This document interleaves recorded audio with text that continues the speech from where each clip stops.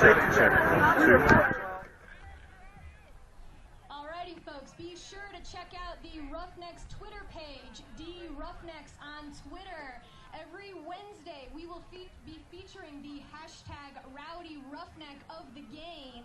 Be sure to post a rowdy picture of yourself with the hashtag Rowdy Roughneck. And on Wednesdays, you will be featured on the Dallas Roughnecks Facebook page. Hashtag Rowdy Roughneck on the Twitter feed, Roughnecks.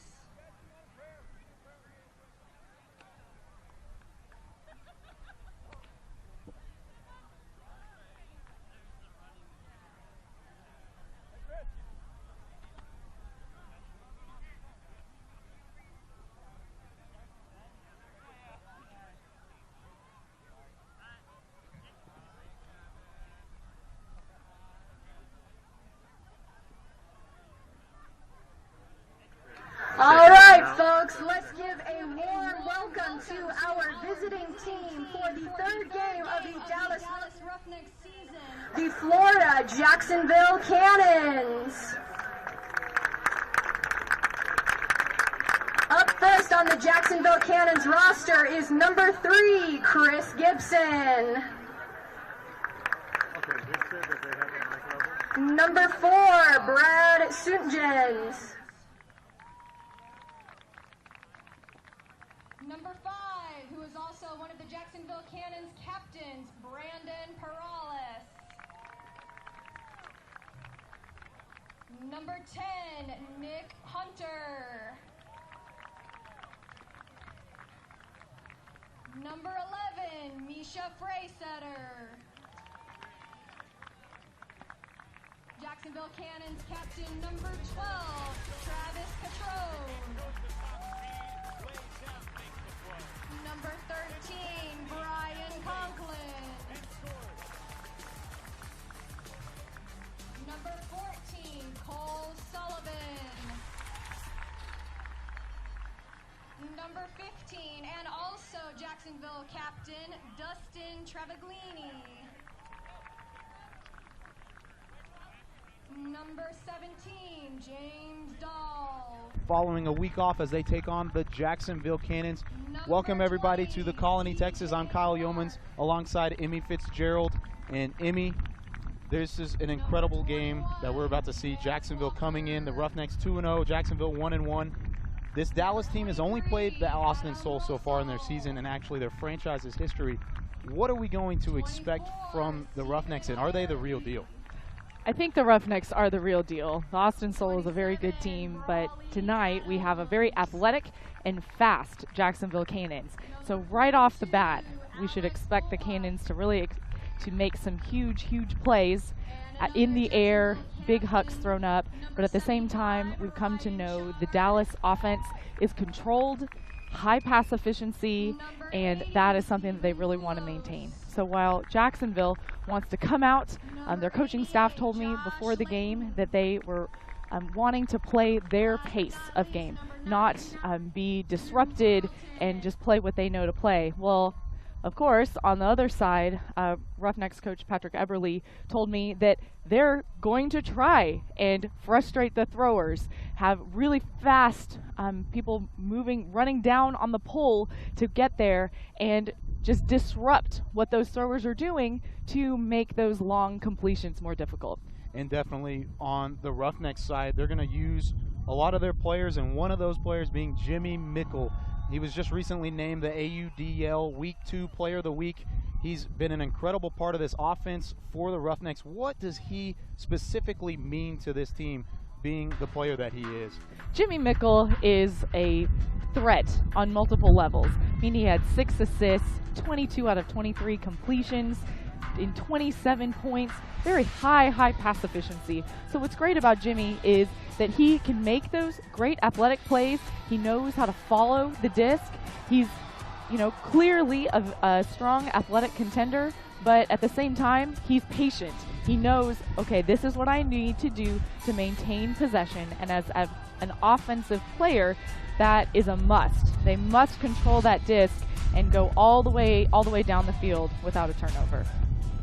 And then also on the Roughnecks side, there's a couple brothers actually in this game today. There's Kurt Gibson and Chris Gibson. Kurt, of course, on the Roughnecks, didn't get to call his name a lot in our first broadcast because he was out with an injury, but he came in against Austin and was, of course, a big showing in the offensive side. How special is it for those two brothers to be able to come and compete with each other on the field today?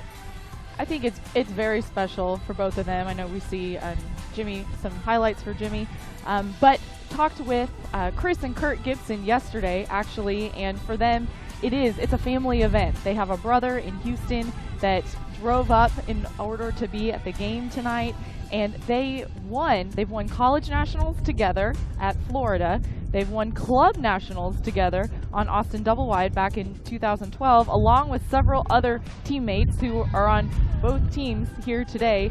But for them, they really don't play against each other that often. The first time they'd really faced each other head-to-head was in a club tournament last summer when Chris was on Ring of Fire and Kurt was on Double Wide.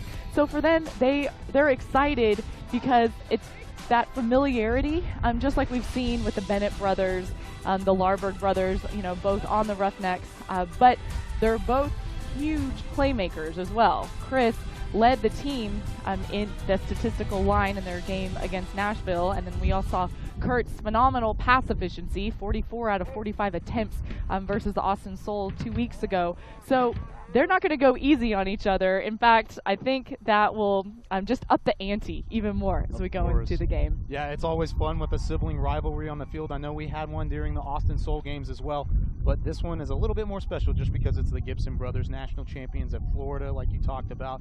Just so much riding on this game and this competition between those two siblings. But with the game going on, it's a beautiful day out here in the Colony. AUDL action between the Dallas Roughnecks and the Jacksonville Cannons. There's a little bit of wind in the game today, and Emmy, how does that play into the strategy for both of these teams? There's a little bit of wind. It's not too bad, but it could get worse as the night goes on. Exactly. Well, Patrick Eberle said, knowing that the wind is what it is right now, they really want to try to force Jacksonville to make those difficult passes in the wind. Depending on the wind, the way the direction the wind is blowing, how fast, how hard it's blowing, that all affects the angle of the disc and that release point. And so that's something that they really want to try and use to their advantage.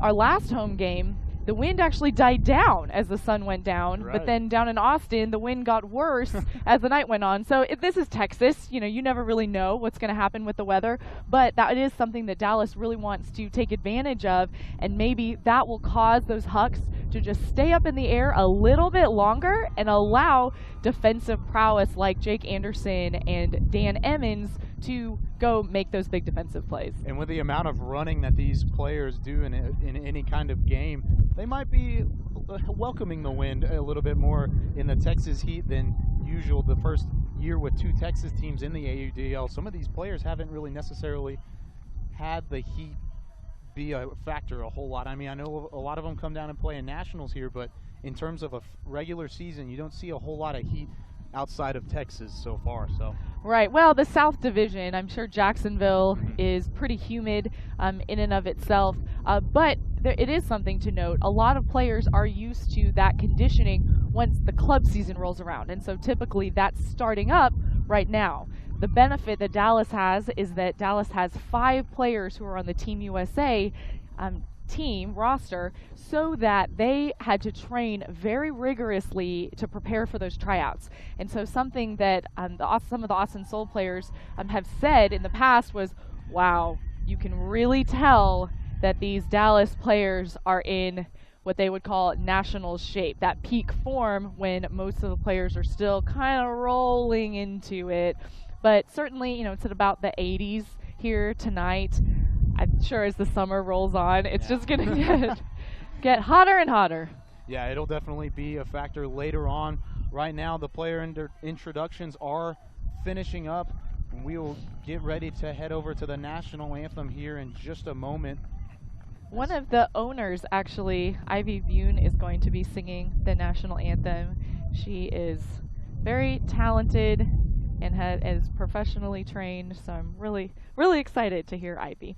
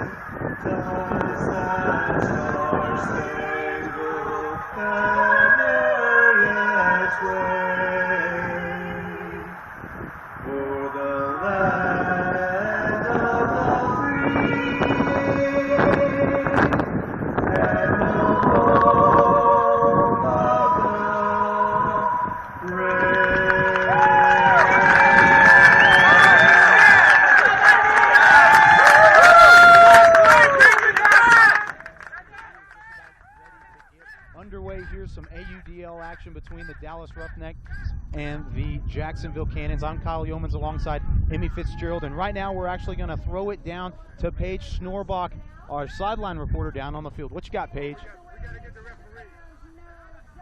We got to do the referee, correct? Julie Morris, one of the head ref for this game, will be giving a quick demonstration.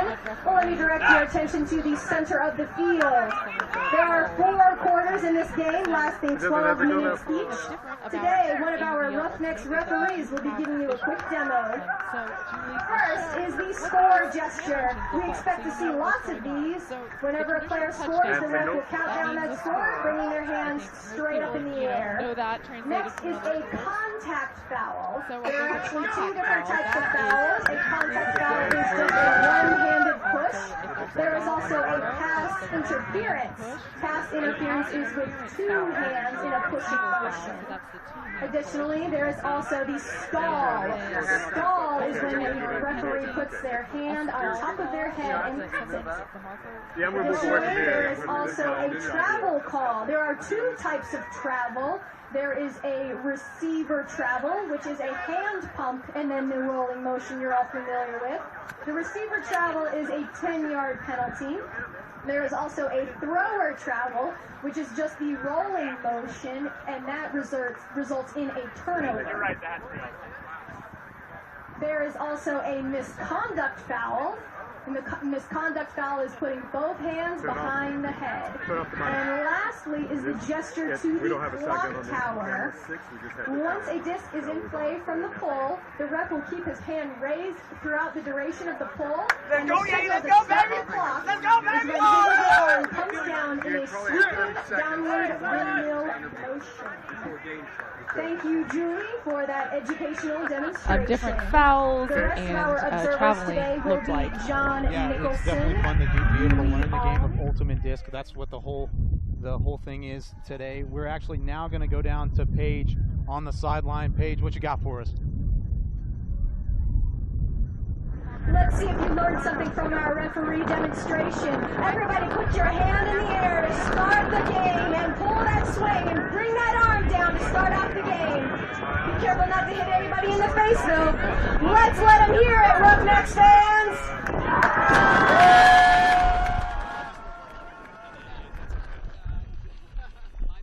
I would like an idiot most times. I'm not a stranger to. Oh man. Did you drop another pen? No. So we are just about ready to get going again. Thanks, Paige, down on the sideline.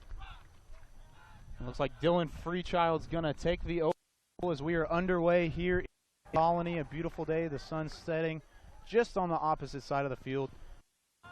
We'll receive to get this one started. Cannons coming into this one.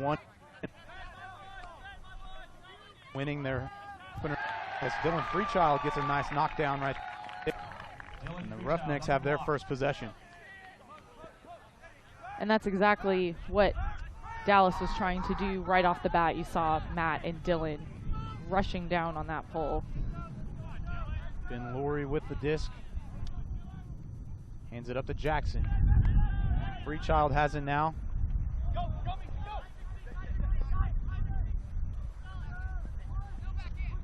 Anderson's going to have to go up and get that one as he's going to be caught. That one's caught by Jackson in the back, waiting for a signal from the referee.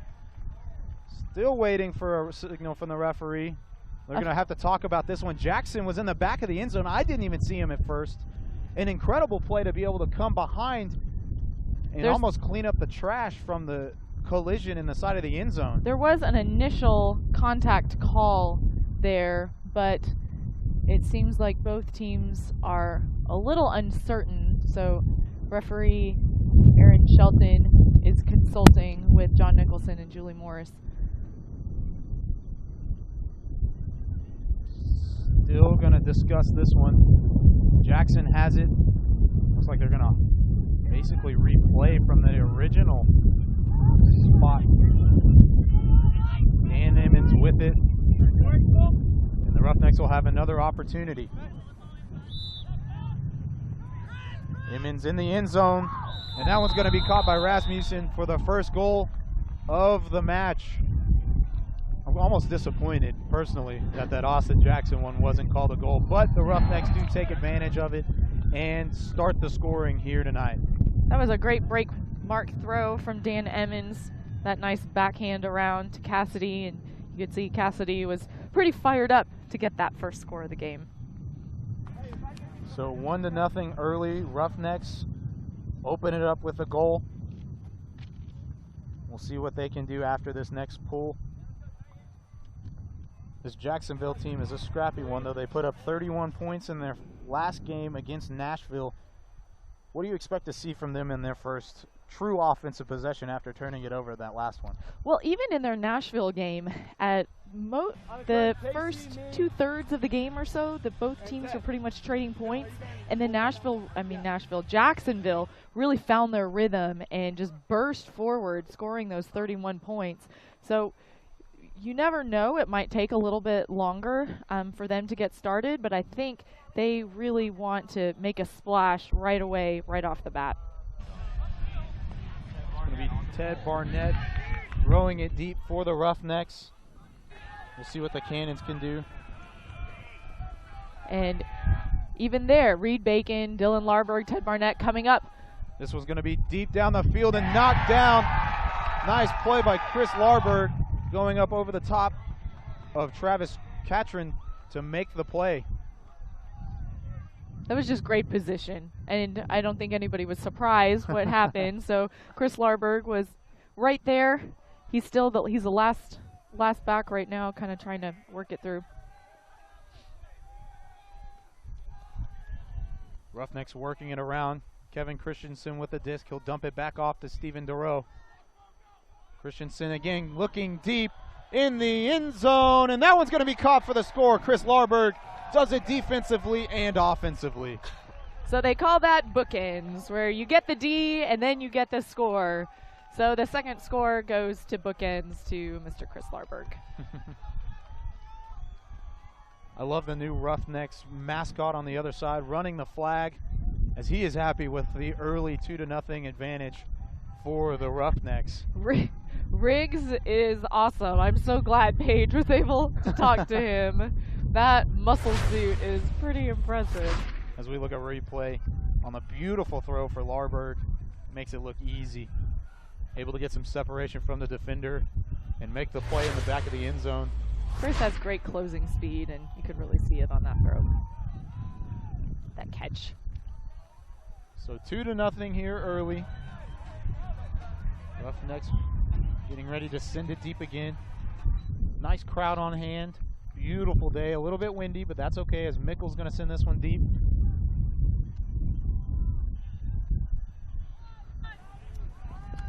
Jackson almost getting the D there, rushing down. And we've seen that before from Jackson as well. And that wouldn't be the first time. So Jimmy Mickle is actually on the D line right now, whereas he's been on the O line the past couple of games. So that's an interesting adjustment. So you got Freystutter, as he's going to push off a little bit. And they're going to call a foul on Emmons. We talked about it before the broadcast, the role that this D-line is going to play against this Cannons O-line. There's almost a D right there, but the catch is made right on the goal line. They're going to have to back it up and retry. That was going to be in the middle, and a nice D in the middle, but there's going to be a push-off called again on Emmons. And it looks like the Cannons will center the disc and try again. I mean, that is Dan Emmons' one of his signature moves, those diving Ds. But I guess he got a little too close. So Freystutter's going to send it, and there's the first point for the Cannons. Cole Sullivan with the reception in the end zone. And Freystutter is just so tall, so those high-release backhands are much higher for him than for other folks. Even Dan Emmons, who's pretty tall himself. Yeah, we were talking about this before, the D-line with Emmons and Anderson, and how are they going to be able to stop Freystutter, who had 9 goals and 9 assists in his last game against Nashville, just an offensive powerhouse. Weren't able to do it there, but how do you expect them to play him later on?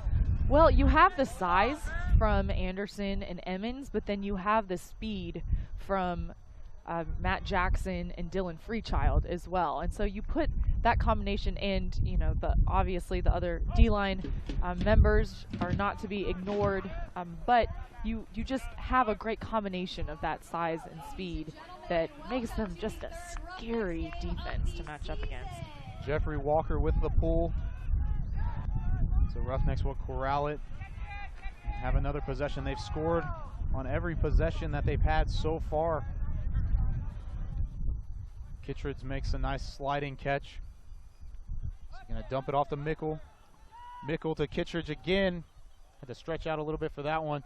And there's an easy score as he sends it into the end zone. That's going to be Thomas Slack on the reception and the goal. Thomas Slack is so fast, and he played in his first AUDL game on the road in Austin. He was a practice player that got called up. But it is hard in a foot race. It is hard to beat Thomas Slack to the second point. It's always fun to see practice players like that get their shot and to really succeed. He had a good game down in Austin the other day.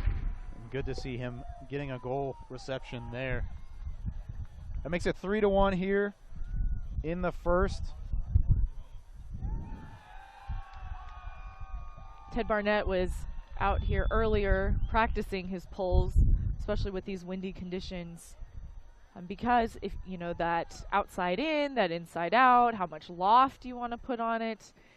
You sometimes want that pull to have a tilt, the disc to have a tilt as it comes down, so it makes it harder to catch. Like that, bouncing around gives the defense so much more time to get down the field. So the Cannons trying to shrink that lead a little bit. It's going to be Freystutter. He'll drop it off in a nice interception. Kai Marshall says, I'm tall too. Came across and just snagged that disc, and now he's going to go toward the end zone. Let's see if Marshall can make a play, and he wasn't able to get to the disc. I thought he might have been able to lay out and grab that one, but I was hoping for the Kai bookends too. Man. That was such a great D that he had earlier. Not necessarily a bad throw either to Marshall on that other side, but what a D. He was able to come across and snag the disc away from the Cannons. This one's going to be sent deep, and that's going to be way out of the reach. That time, Steven Poyos is looking for Brian Conklin, unable to get there.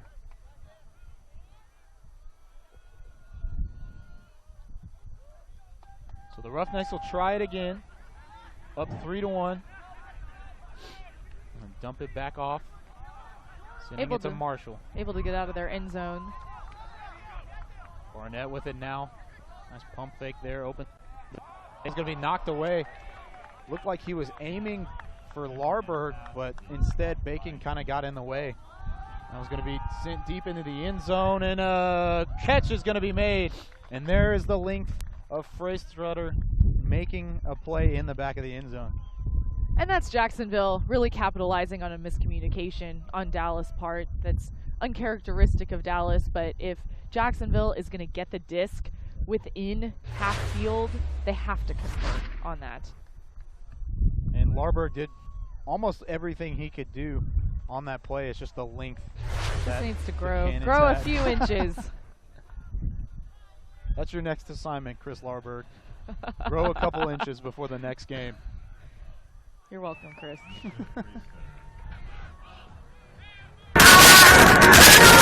From the Cannons. Go.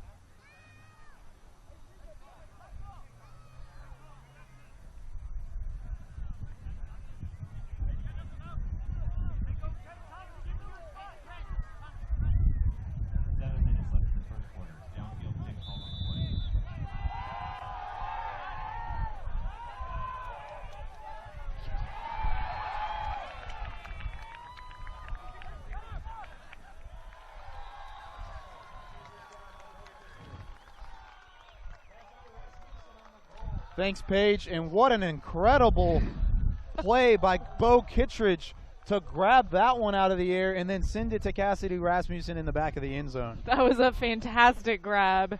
And Bo had maybe a step on his defender or so.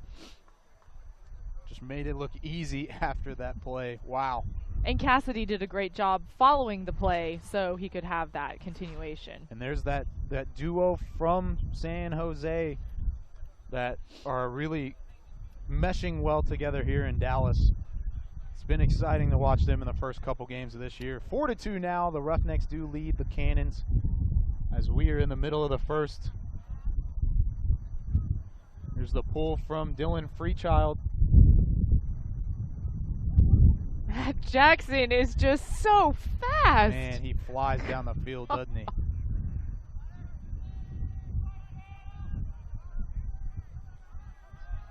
Cannons working a little bit more laterally. They've sent a couple deep ones in a row. This one's going to be a tough play, but it is made.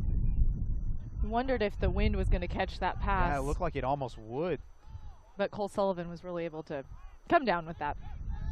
So you have Chris Gibson, who's going to dump it off to Polos. Polos with a tomahawk, sending it over the top. And there is Freystetter, but he sends that one way too far in the end zone. Seemed he threw it a little early or expected that pass to loft a little bit longer and was just out of reach. Yeah, it just looked like a little bit of miscommunication, and that cost the Cannons a goal. Wow, just out of the reach. A nice bid, though, from Travis Catron, as this was going to be sent deep, looking for Laurie in the end zone, and an easy play. What a throw. Great backhand from Dylan Freechild. Man. And Ben Laurie made a fantastic cut, but once he started cutting deep, he was gone. He had that position that his defender wasn't going to be able to catch up to that. That's what this Dallas team can do for you. You make a mistake on the opposite field or opposite end of the field, and you take advantage of it in less than 20 seconds. And that's the thing. Another goal. Exactly. Somebody like Dylan Freechild, he has such a quick release too, so he gets it and he can immediately recognize, have great form, and put up a fantastic backhand. I don't know if I've seen Freechild that excited after a throw. He came off the field jumping with joy after that incredible toss. He knew that was a good put. We all saw it.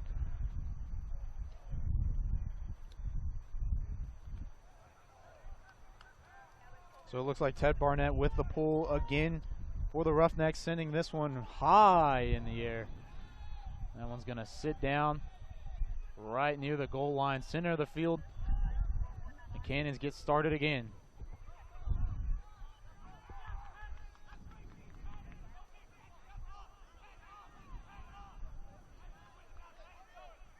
Working it laterally. Back to Polos.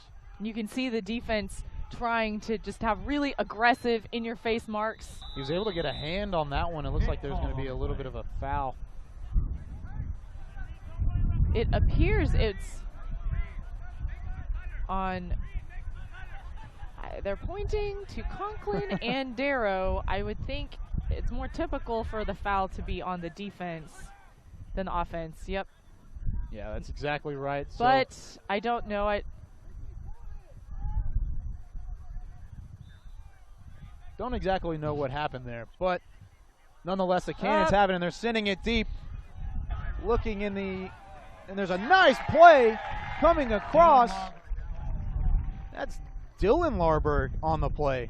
Dylan Larberg is very acrobatic. In fact, little known fact, or maybe well known fact, he is one of the mascots at the University of Texas. Really? And is very a great tumbler and flips, and that equates to real good in the air too. It's an interesting fact about the other Larberg brother. Both of them playing well today so far.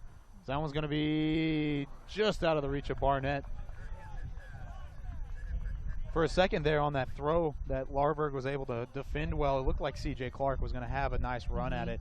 But the disc might have sat down because of the wind. It looked like the wind probably played a little bit of a factor on that one. And this is inches, so you have to adjust, but sometimes the wind just hits the disc. So that was a delay of game, a stall call. So looks like the Roughnecks are going to try and take advantage of it. No, they're going to call it off and bring it back. Interesting. So the other ref, Jonathan Nicholson, says it's actually not a stall. I think it was a stall, but they're going to bring it back 10 yards for some reason. Oh, it's a delay. It was a delay of game call.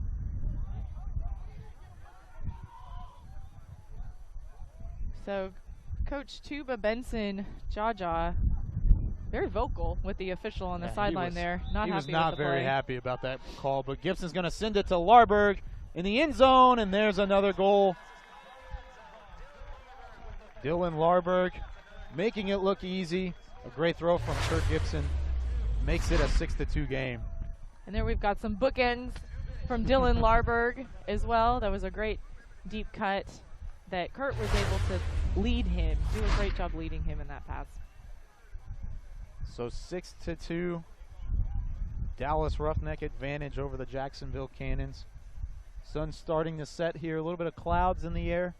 It's getting a little cooler down on the field. Not as about the same wind, I guess, from the start. So we'll see how the weather's going to play a factor here as we get later into the night.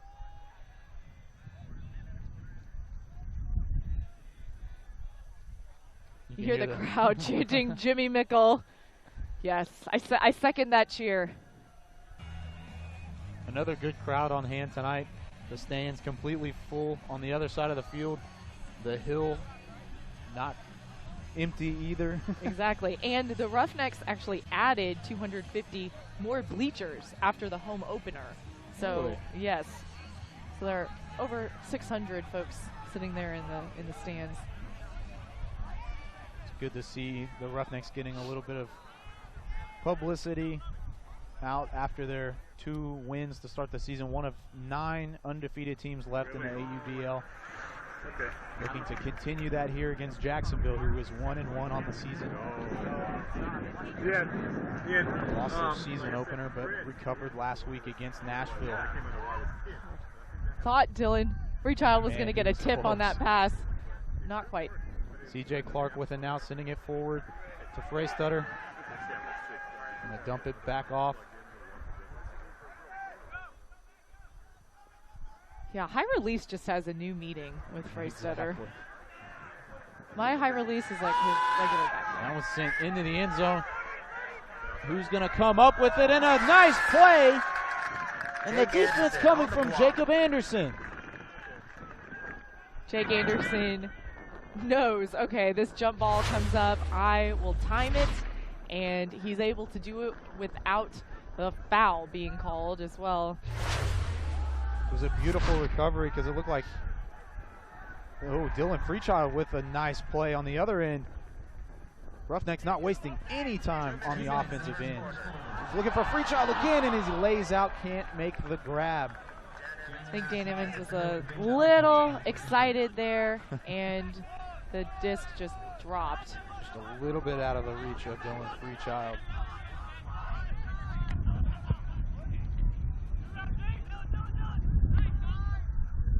So the Cannons get another shot at it. CJ Clark unable to make that play. Mickle ends up with the interception. We'll send it back to Freechild. Forward to Laurie. Emmons has it now. On the far side. 1 minute, 30 seconds. Dumps it back off to Laurie. Mickle now in the end zone to Austin Jackson. What a play. Matt Jackson, excuse me, makes the play in the end zone. And now it is a 7-2 advantage for the Roughnecks. Matt Jackson is so fast. Man. He was streaking across the end zone there, but had to kind of reach with that one-handed grab behind him just because his speed. Wow. I mean, thankfully, Jimmy Mickle is just so good at putting that nice touch on the disc, and Matt has that really quick reaction. In fact, talking about Matt's speed, I was talking with some of his teammates out of Fayetteville. There is a 9-story parking garage in Fayetteville that he runs 5 days a week. Wow. up and down a 9-story parking garage. And he even sometimes will karaoke. Really? Then you see, okay, now that makes sense. You gotta put in the work, though. Wow. So that pool's gonna go into the Cannons back in zone as they get started again.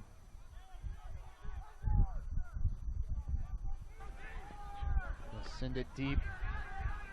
Nope, they're gonna think twice about it. They had an open receiver downfield in Cole Sullivan, but they decided not to go to him. Oh, whoop, nope, not that time either. I thought they were gonna do it twice now. These big convincing pump There fakes, it is now it's now. the real thing. And Sullivan's gonna make the grab.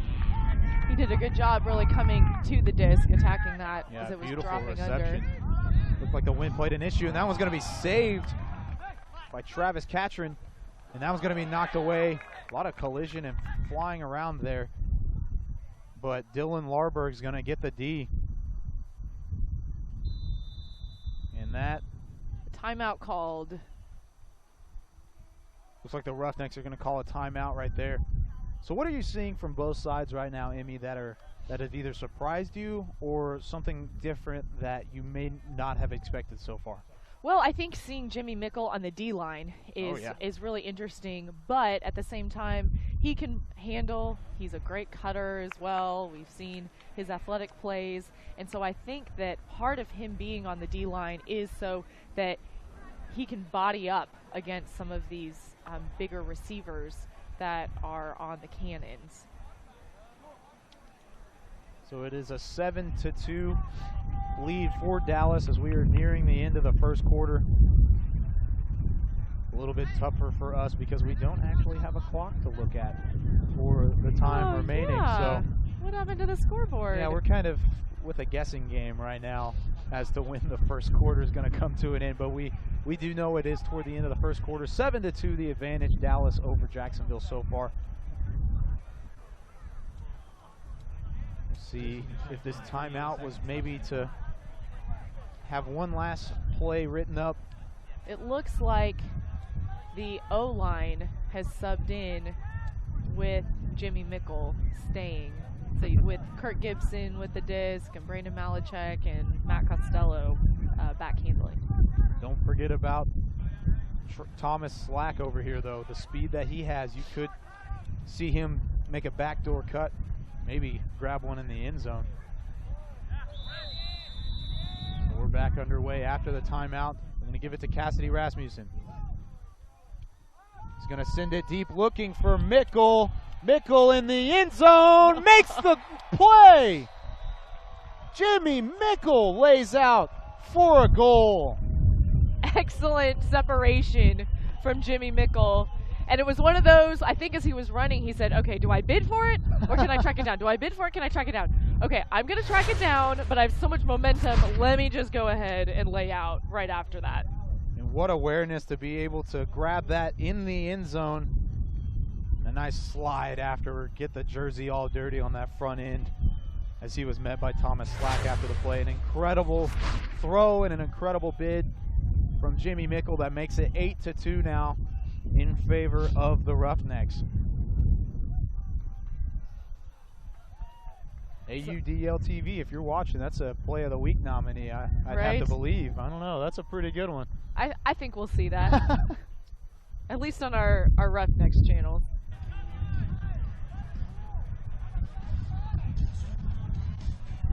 I want to thank everybody for tuning in at home as well. Remember, you can follow us at DRoughnecks Live for live Twitter updates. As that disc is just going to fly into the crowd and a nice play is made by one of the fans. Unlike baseball, you are not able to actually keep the disc. So The crowd sees that injustice.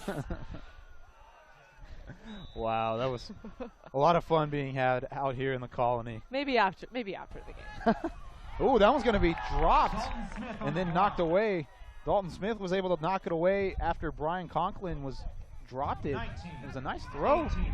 Just wasn't able to hold on to it as Laurie makes a pump fake, hands it off to Matt Jackson. Laurie with a nice move, sends it into the end zone. That one's not going to be grabbed. Dalton Smith with a nice try at it, just unable to make anything happen. It's like another timeout might be called.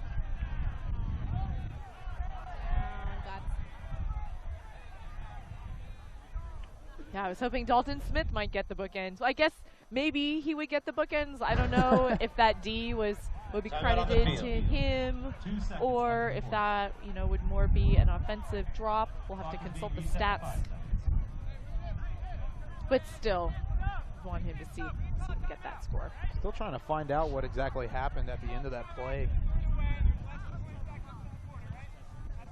Wow, these guys leave it out all on the field. So when the ultimate athlete do to quench They're gonna be- They're still discussing this between the referees and the Cannons as their head coach, Tuba Benson Jaja, is going to head out. Both coaches are actually going to head out to find an explanation.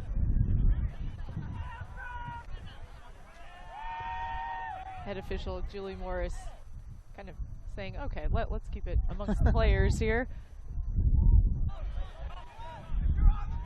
Still trying to find out what happened. It might be the end of the quarter, so somebody might have called a timeout. This was going to be sent way deep in the end zone as the first quarter horn sounds. Let's see if somebody can come up with it and make a play. And no one is going to grab it. It was grabbed in the end zone by Andrew Carlton, but nothing. It wasn't in the end zone. It. Exactly. So I think he's down with it, or He starting caught it. to out of the zone, but if he completes it, the play's over. So he kind of tries to mack it to his teammate, but no dice. End of the quarter. So a good quarter for the Roughnecks so far, an 8-2 lead as we head into the second. What do you expect from this Jacksonville team as they're going to answer now down by 6? I expect offensive set plays that really want to start the initiation and to really look out of some of their players. I know a lot of the fans are probably taking a water break to head over to our beer garden. So fortunate to have beer, amazing spots here in Dallas. Grapevine Craft Brewery, their Monarch Pilsner. I actually sampled the Monarch Pilsner before the game, and it was delightful. Don't tell anybody that. Rar & Sons Brewery out of Fort Worth. They have their Blonde, their Pride of Texas Pale Ale, Ugly Pug Black Lager. I've had that before. That's pretty good. Martin House, another brewery out in Fort Worth. They're a variety of beer. The Lakewood Lager, Lakewood Brewery, is over in Garland, and they actually are a supporter of Early Recognition is Critical with some of our events. They've just sponsored their beverages and their facilities. Awesome folks out there. And a variety of Deep Ellum beer. I live near the Deep Ellum Brewery, so been to a few events there. What is Spike Ball? I'm a fan of their product. Their Nito Bandito. I don't know what it is, but I really like that Nito Bandito. So I thought you were just saying that it was pretty neat. it is. That was just your way of saying Nito Bandito, but that's actually a product that they have. So It is. you learn something new every day, I guess. Exactly. On So the DallasRoughnecks.com live stream. Thanks again for joining us as we are just about ready to get underway here in the second quarter. Dallas up 8-2. Kyle Yeomans alongside Emmy Fitzgerald with Paige Schnorbach down on the field. Our sideline reporter, as the Cannons will open the second quarter with a pull going to the Roughnecks. Second quarter starting. Dallas on Twitter, Caleb Denacor asks, how much does Jimmy Mickle weigh? Is that with or without his hair at its length? I'm That's a good sure question. if he shaved his head, then that would be, he would have to weigh less. But Caleb will try and find out that answer for you. That disc is going to fall right into the Roughnecks' hands. And they'll get started again with a turnover, actually, to start the second quarter. Cannons looking to take advantage of this opportunity as this one's going to be sent into the end zone and knocked away by Jimmy Mickle. Jacksonville trying to convert. There is a whistle on the play. Tell if there was contact. Yeah, they're going to call a pull or a push off I don't know, looking at that replay, looked like he got most of the disc actually, but nonetheless, the Cannons will get a chance at it. It's going to be sent into the end zone, and the turnover will give the disc back to the Roughnecks nonetheless. And those are the opportunities that the Cannons really need right now to make that lead smaller, narrow the lead, but instead give it back to the normally very efficient Dallas Roughnecks offense. Yeah, it was unusual seeing a turnover on the first throw of the second quarter. It was very uncharacteristic. They're working it a little bit better right now as Rasmussen deep. This one's going to be caught just in front of the end zone by Gibson, and he will find Kai Marshall for the score. Marshall following up. Gibson just kind of caught that, waited, and then just dumped it off to Marshall as Marshall streaked into the end zone. Very, very patient. And Kurt Gibson handles a lot, but he has incredible closing speed as well. And then that great patience as Kai Marshall's following the play. Beautiful play again from the Roughnecks. Makes it 9-2. Really flexing their muscles here early in the second quarter already. Dallas scored 30, reached that 30 mark in their first game. Didn't quite get there in that second game, but nonetheless still got close to it. And 30 points is a lot of points just to play in one game, even if it's two teams. A lot of I'll call it regular USAU Ultimate or WIFDIF Ultimate goes to 15. So if you have an ultimate point game, that's 30 points total. When you have one team scoring 30 points, just takes so much more effort and stamina and keeping your form as you're throwing. Right now with the 8 points that they had in the first quarter, you never know. That's on pace. I'm not very good at math, but that's on pace to score 36, I believe. I hope that's right. Hope I didn't nope, that's definitely not right. Wouldn't it be 82? I don't know. I'm bad at math. I have a journalism degree. I don't have a calculator. I'm not very good at math. But nonetheless, it's on pace to score a lot of points, and at the same time, Jacksonville is on pace to score 8. So I know that one. I know that math. 2 times 4. Going back to that middle school education. We're so smart, Kyle. I'm glad we can talk. This one's going to be in the end zone, and the play is going to be made for the Cannons' third goal of the game. What a reception. Looks like that was going to be, that's Stephen Polos on the reception for the Cannons, laying out. Not afraid to get dirty. That was great extension. And sometimes that pancake layout is tough because your shoulders are kind of in that weird position, but Stephen Poulos is a pro. He's a pro of pros, so fantastic grab there. So Jacksonville gets their first goal of the second quarter. And they'll get ready to pull back to the Roughnecks. Sun kind of hiding behind some clouds right now as the wind starts to pick up a little bit more. Wind is at our backs. It's blowing across the field, near side to far side. We see some guys in some Spike Ball shirts. Spike Ball had a big event in Dallas this weekend. So before the Roughnecks game, we had a clinic, and then at halftime we will have an exhibition game. So stay tuned. Yes. Spike Ball's friend favorite of mine. A lot of guys love playing some spike ball. It just kind of pulls you in, doesn't it? It's a lot of fun to play. I remember one of my favorite memories is playing spike ball with some buddies on the beach as Kittredge is going to be looked for in the end zone, and he will dive and make the play in the back of the end zone. Oh, Kittredge, as he hands the disc to a lucky fan that he landed in front of. The man, the myth, the legend, Bo Kittredge, laying out to make the grab. That's so perfect, too. He lays out the Eric banner on his right, the fans in front of him, the smiling female fan right there. That's a Kodak moment right there. It's almost like you wrote it in a movie script. Kittredge, the 2-time reigning AUDL MVP, making it look not really easy, but making it look incredible is probably a better way to put it, with an awesome grab in the back of the end zone.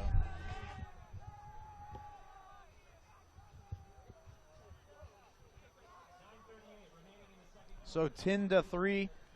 There's 9:38 remaining in the second quarter. Thomas Slack and Matt Jackson in a foot race to who can get down there first. The speedies of the team. That disc almost fell to the ground. A nice sliding effort there from Gibson to keep it alive for the Cannons. Freistetter really been shut down so far by this Dallas defense. That was one of the keys that we talked about at the top of the broadcast.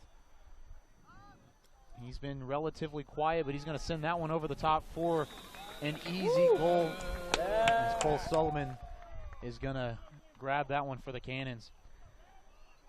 Again, you know, a lot of players trapped on that sideline really want to try and get that into the middle. And in the wind, you just never know with those high releases. That can be risky. But like we've said, Misha Freistetter's high release is higher than most. And I think he's become used to working on that. That 6'5" frame definitely being used to his advantage on that play right there. So 10-4 now here in the second quarter. Dallas still with a relatively large advantage over the visiting Jacksonville Cannons. It is still a long game. Exactly. We're not done yet. There's a lot of disc left to play. As that pool's going to be sent here again. Plane flying overhead. And that's going to fall out of bounds. The Roughnecks will start from the far side. Actually, nope, they're going to center the disc, actually. Yeah, I think the pull landed out of bounds, so Kurt Gibson's able to take it to the center of the field. And that definitely plays in the Roughnecks' advantage, the way they like to spread the field out. That's a great fake from Kurt. Right there, Marshall was still able to grab it, sending it in the middle. Looking in the end zone for Marshall. And there's going to be a foul called back behind the disc before the goal was scored. And looks like the Roughnecks will get another shot at it. There's no accepting or declining penalties here in the AUDL. Looks like the penalty might have been on the Roughnecks, though. There is the integrity rule.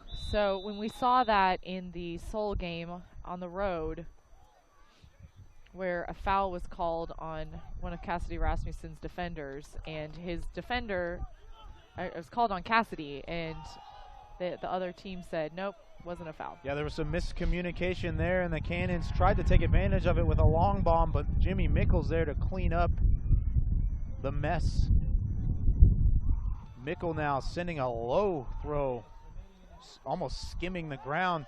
This one's going to be sent deep, looking for Cassidy Rasmussen. A little bit of contact in the end zone, and Rasmussen comes up with it.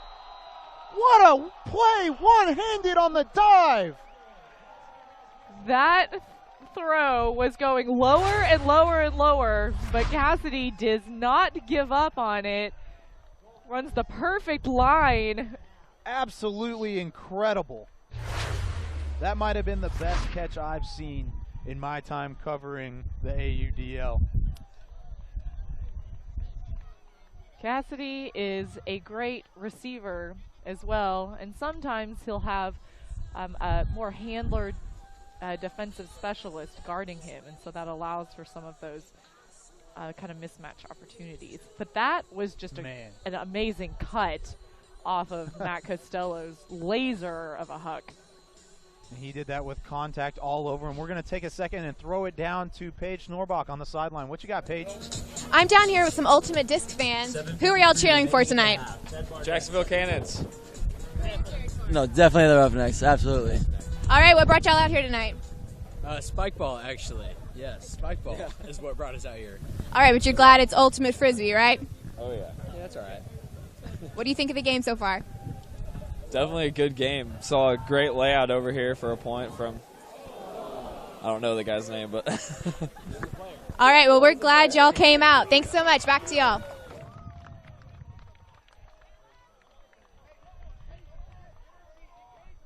So Jacksonville able to capitalize to shorten the lead, 11-5 Dallas.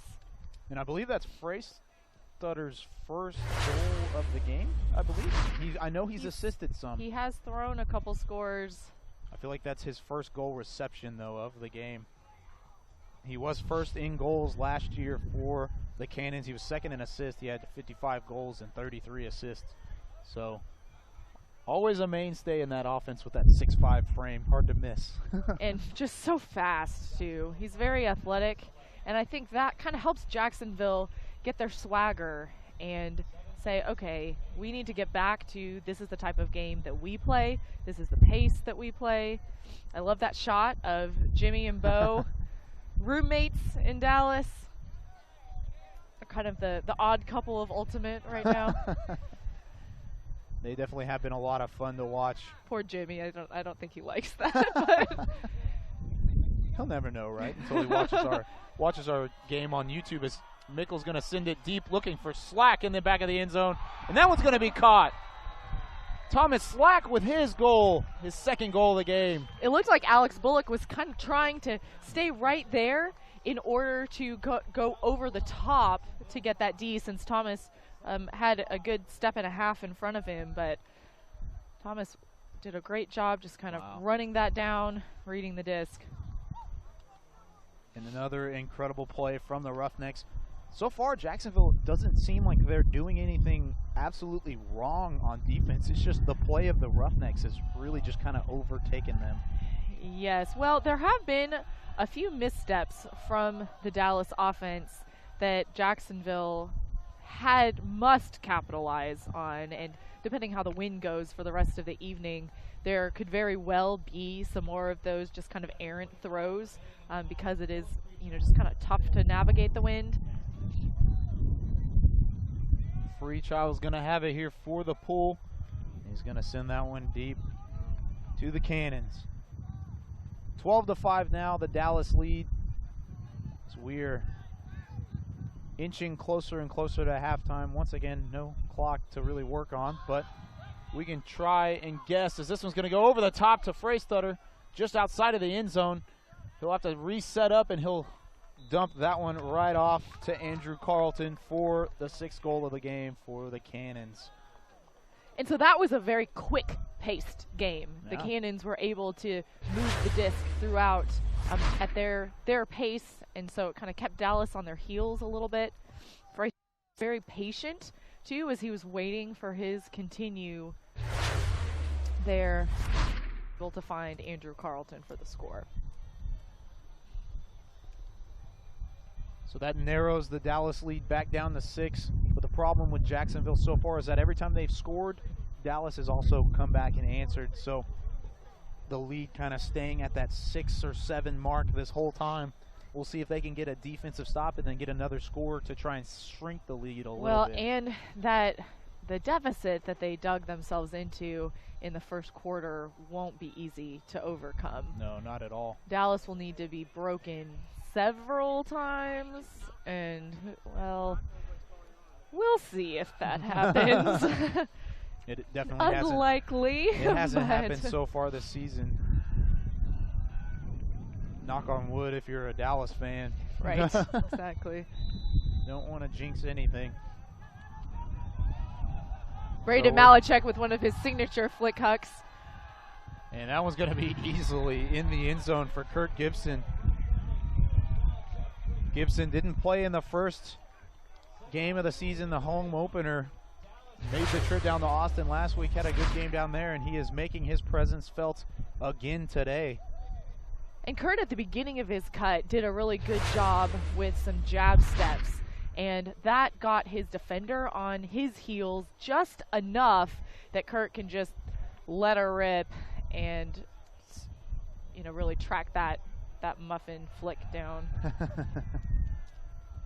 The muffin flick. I like the way that sounds. We should also note that Kurt Gibson's Amazing Race teammate Brody Smith is in attendance today. He is on the sideline, still not cleared medically to play in the game, but has been participating in team activities and it's always a neat to see Brody out here.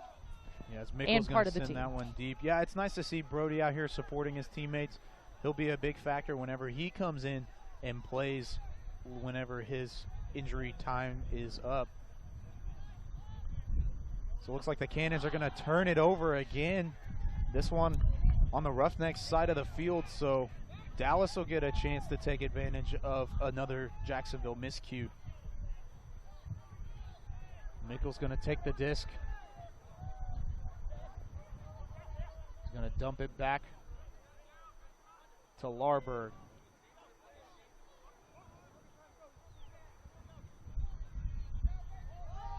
Looking deep in the end zone for Dylan Larberg, and there's another Dallas score.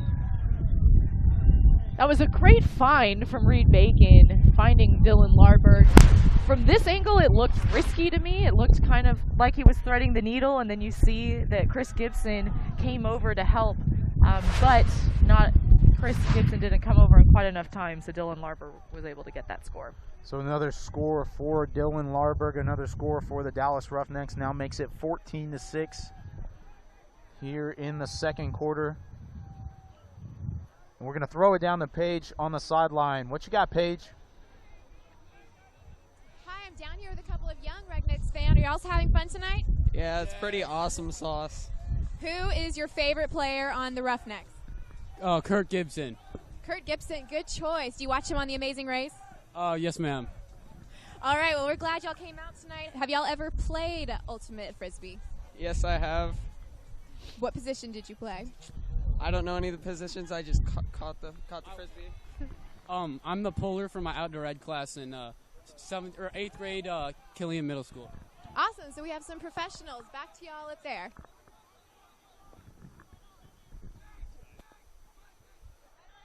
And we're back with Jacksonville on offense.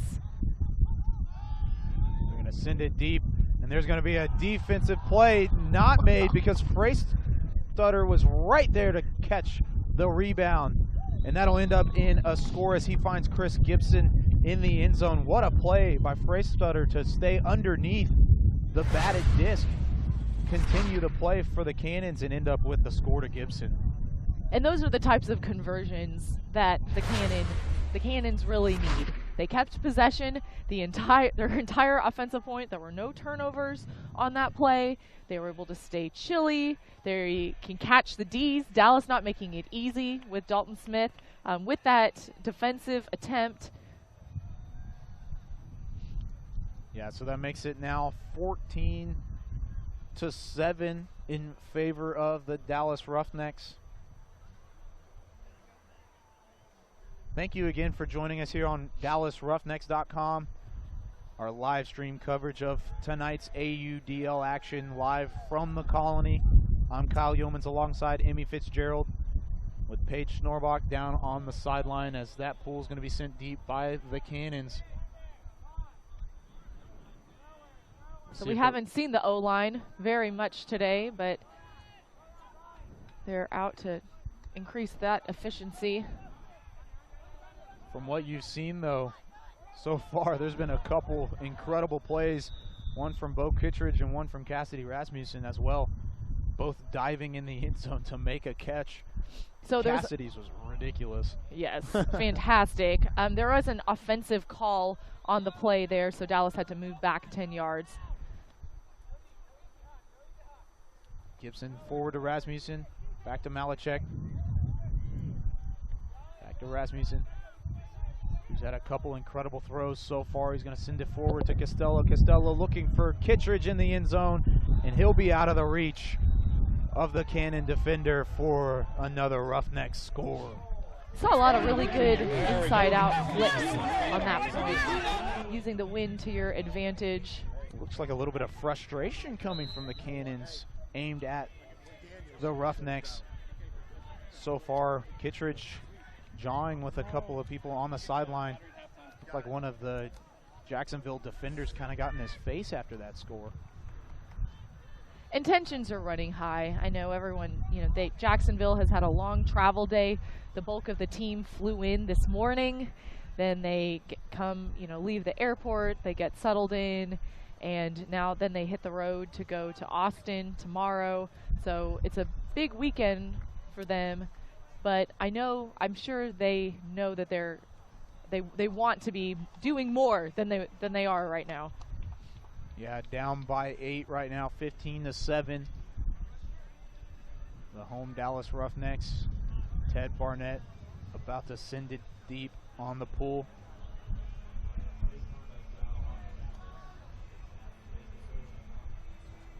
Barnett and the referee having a discussion here. They're going to throw this from the back of the end zone.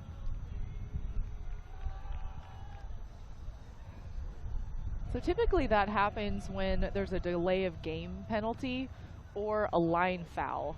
The pulling team has to move 10 yards back, and then you'll see Jacksonville, the receiving team, has moved 10 yards out of their end zone. Barnett's going to send this one as deep as he possibly can. Still a nice pull. Gets it onto the opposite side of the field, and the Cannons will start their offense. Paulos working it. Freystadter now. 5 minutes left in the half.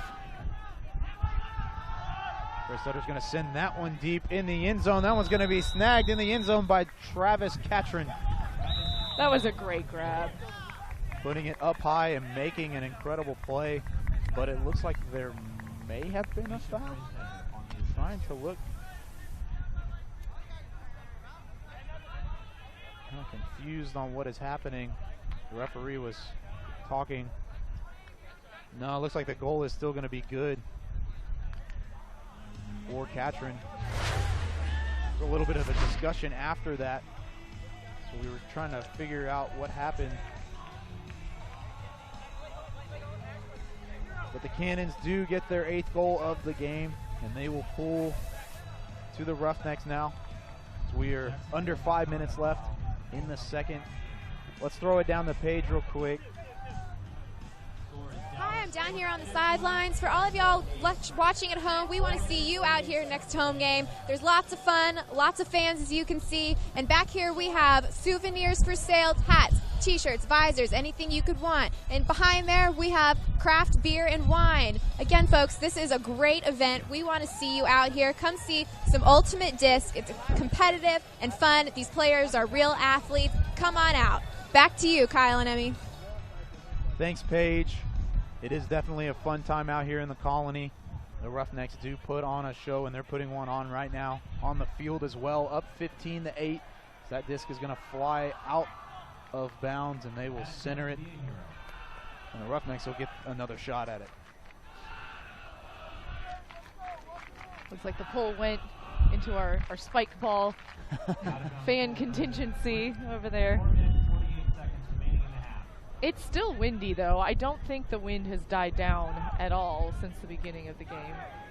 I'll tell you what, being up on this tower on the far side of the field from the fans, it definitely doesn't help our wind situations. This one's going to be sent deep, and the diving bid from Kurt Gibson will not be enough to make the grab. Looks like there's going to be a timeout called on the field as Jacksonville will talk it over and make some substitutions. 4 minutes, 30 seconds. There's 4.5 minutes remaining in the first half. Dallas up by 7, 15-8 over the Jacksonville Cannons. Jacksonville coming into this one 1-1 on the season. Still a young season, a lot of games left to be played. Same thing for Dallas, who find themselves 2-0 coming into their 3rd match of the year. And every week is going to have more and more hype and different challenges surrounding, but the Roughnecks are really trying to not let that hype affect their play, their practices, and really be unrelenting.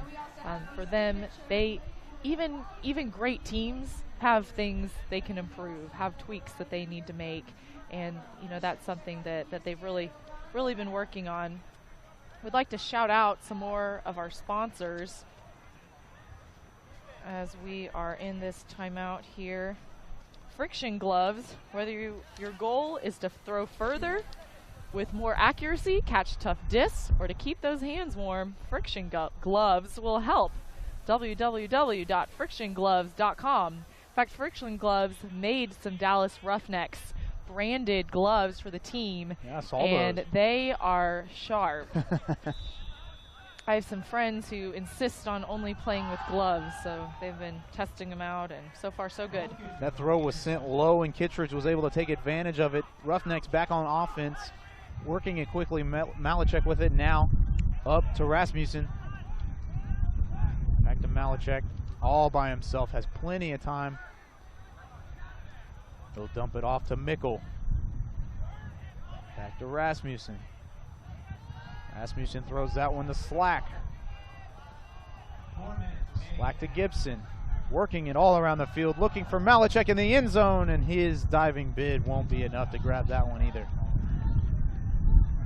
Like you said earlier, this is a game of inches, just how baseball is always called a game of inches, football is called a game of inches. It's no different here in Ultimate Disc, that just a couple inches out of the reach of Malachek. And that's a tough throw to make to the away cut out of the end zone. I mean, Kurt Gibson was frustrated because he's clearly made that throw a lot before, but yeah, and that time to get the disc back. Yeah, it looks like Freistrutter was fouled on that throw, as they'll get a couple yards here. Advancing the disc upfield. As the half starts to come to an end here, Jacksonville needs to try and gain a couple points on the board on the Roughnecks. I mean, they're down by 7 right now. Still a huge deficit, as that one was caught behind the body. Chris Gibson able to make that play, sending it deep in the end zone, and that play will be made by Freistrutter. And we talked about it coming into this one, what an offensive powerhouse he is. He showed it right there with the speed and the length. Look at the long strides as we look at the replay here on DallasRoughnecks.com. Well, the Jacksonville defense really able to convert on the Roughnecks O-line. That does not happen very often. So that was a very crucial break in possession for Jacksonville to take it within 6 points. So that makes it 15-9 as the Cannons shrink that lead a little bit more, back to 6. That's what the lead was at the end of the first quarter, so they've played the Roughnecks even so far in the second. Good job, John. So you have the O-line back out. The line that was just on the field for Dallas is back on the line to receive again, as we're under 3 minutes in the second quarter. That pool's gonna be sent deep by Travaglini. That's a hard name. Travaglini. That's what we're gonna stick with. Mickle sends it deep, looking for Rasmussen, and that one's not gonna be complete in the end zone again. And there's going to be a timeout called by Jacksonville as they want to make a couple more substitutions. Like I said, as the half's starting to come to an end, Jacksonville trying to make a little bit more of an advance, in a little bit more of a dent in that score before halftime comes. Well, that was a pretty crucial turnover for Jacksonville. So, you know, with that deep throw not being completed there, yes, Jacksonville has to work it down the entire field, but they have possession. So even Dallas right now, they're subbing on their D-line. So they have that really the aggressive defense and can rest their offense in case the offense needs to come back on for another point this half. So 15-9 here, Dallas with the advantage over Jacksonville. Jacksonville does have another shot here to try and close that lead a little bit. That's that kind of momentum that Jacksonville, I'm sure, wants to carry into halftime with a little bit of a run. But this Dallas D-line is intense. They're squirrely, and they will not make it easy. They haven't given up any more than 18 points in their first 2 games. Both of those coming against the Austin Soul. Right now they're on pace for that again if they can hold this score at 9 going into halftime. So Sullivan with it for the Cannons. He'll send it back farther into the end zone. They're going to send it way deep over all of the Dallas defense except still in for the air. Warburg, but Freystutter's going to clean up the deflection, and he'll send it deep in a terrible, it looked like the wind caught it. Yeah, it was a forced throw. It just looked like the disc flew.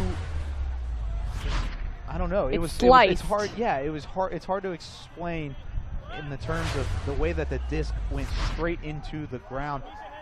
Freystutter, I don't know if he really wanted to do that. I doubt he did, but instead, Freechild with it now for the Roughnecks, sending it deep, looking for Slack. And Slack's not going to be quick enough to get there instead. That's the second flick huck that has been from this side that hasn't had much float on it at all. Jimmy Nichols' throw to Cassidy earlier, and then now this one to Thomas.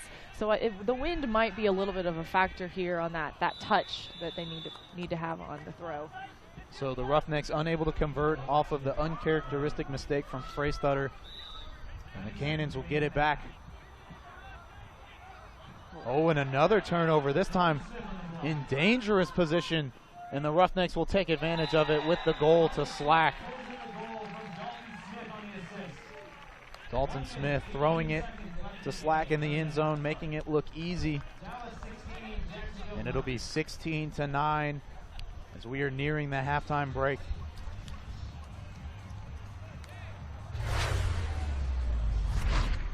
So, like to thank some more of our sponsors, Lifetime Tax Advisors. If you're like most taxpayers, you probably think you pay too much tax. You're probably right. So you're probably considering a new tax pro, or maybe you just finished doing your taxes and you're saying, why did I pay that much? I think I must have some more write-offs in there.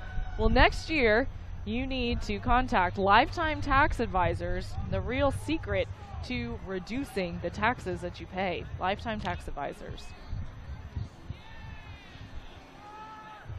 So Ted Barnett looking to pull right here again. Once again, nearing the halftime break.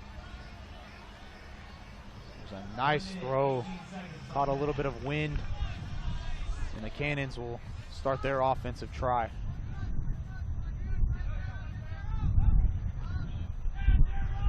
So Jacksonville keeping the field spread. Freystutter hasn't cut deep yet. It's like he's looking for that continue, but I think he really wants the thrower in power position so he can set up his cut. So yep, there's that continue. 1 minute remaining. Jacksonville working quickly here. They were instead a lot of quick, short passes right now instead of the long game that they've tried to play. A little bit of contact there. The play was made as Paulos is going to send it in the end zone for Freystutter for the 10th goal of the game. Nice job by Jacksonville on that possession. That was a great break throw from Poulos. That backhand break was able, and because he was able to get that off, that really allowed for that extra space downfield to convert. So Jacksonville keeps that lead at 6 as we are under a minute left here in the half. Dallas 16, Jacksonville 10. The sun is set now. As you see those Roughneck players, all smiles still as they head back to the bench. That's nice to see. Matt Bennett on the sideline, you saw him in that shot, still nursing a hamstring injury. He tweaked it right before the away Austin game. Still here, cheering on the team. Sure, he wishes in these windy conditions Matt Bennett would be such a force. His team not doing too shabby without him, though. It's true. So he's going to send that one deep all the way for Kirk Gibson as he's going to catch it right before the end zone. He'll have to step right back out. Rasmussen on the right side. He's going to send it in the middle instead. And there's another goal for Kai Marshall. 23 seconds remaining in the half as Marshall makes it 17-10. Kurt is so fast. I think he was hoping he would get it in the end zone. Oh, I'm right outside the end zone. Okay, here's my teammate. Let me give a nice OI flick to Kai Marshall. I was thinking he was going to hit Rasmussen, who was streaking on the other side of Gibson, but instead Marshall right in front of him for the easy score. There's a reason why he plays the game, and I'm the one broadcasting, so not going to argue too much. Sometimes when somebody like Cassidy is streaking by that fast, it's really hard to get a easy loft pass to him. So somebody like Kai coming around, Kurt's able to set up that really nice OI throw. So 23 seconds remaining as number 23, Jimmy Mickle, is going to pull. 23 seconds with 23 pulling. You got to say it, right? Oh, yeah. Say it multiple times.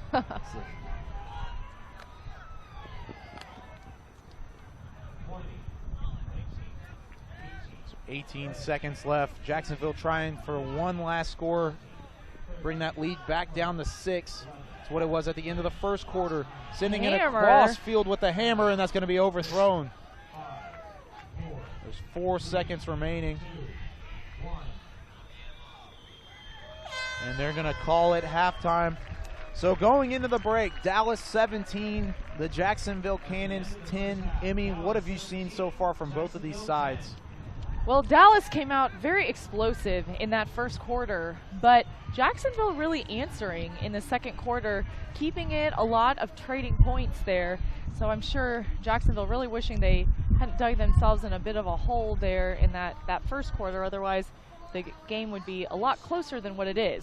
However, we saw from their game against Nashville that they just continue to just kind of eke that momentum as they get through the game. We're going to throw it down to Paige on the sideline. Paige, what you got for us?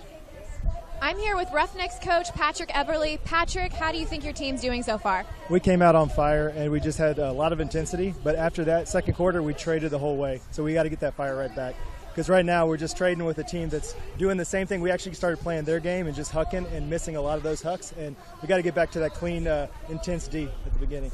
Are there any players that you're expecting to see a little more out of in the next half? No, I think our O needs to clean it up a little bit. We had some sloppy turns from some of our normally really steady handlers. But other than that, I think everyone just needs to come back with that fire. And how do you keep your team motivated? How are you going to get them to get that fire back? We got a couple players who'll do that for me, so I'll rely on them. All right, thank you so much. Good luck, Coach. Back to y'all. Thanks, Paige.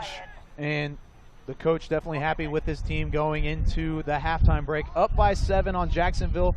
We will be back with more after the halftime break, but for right now, we're going to see this incredible piece over this Eric event. The early recognition is critical. That happened earlier today.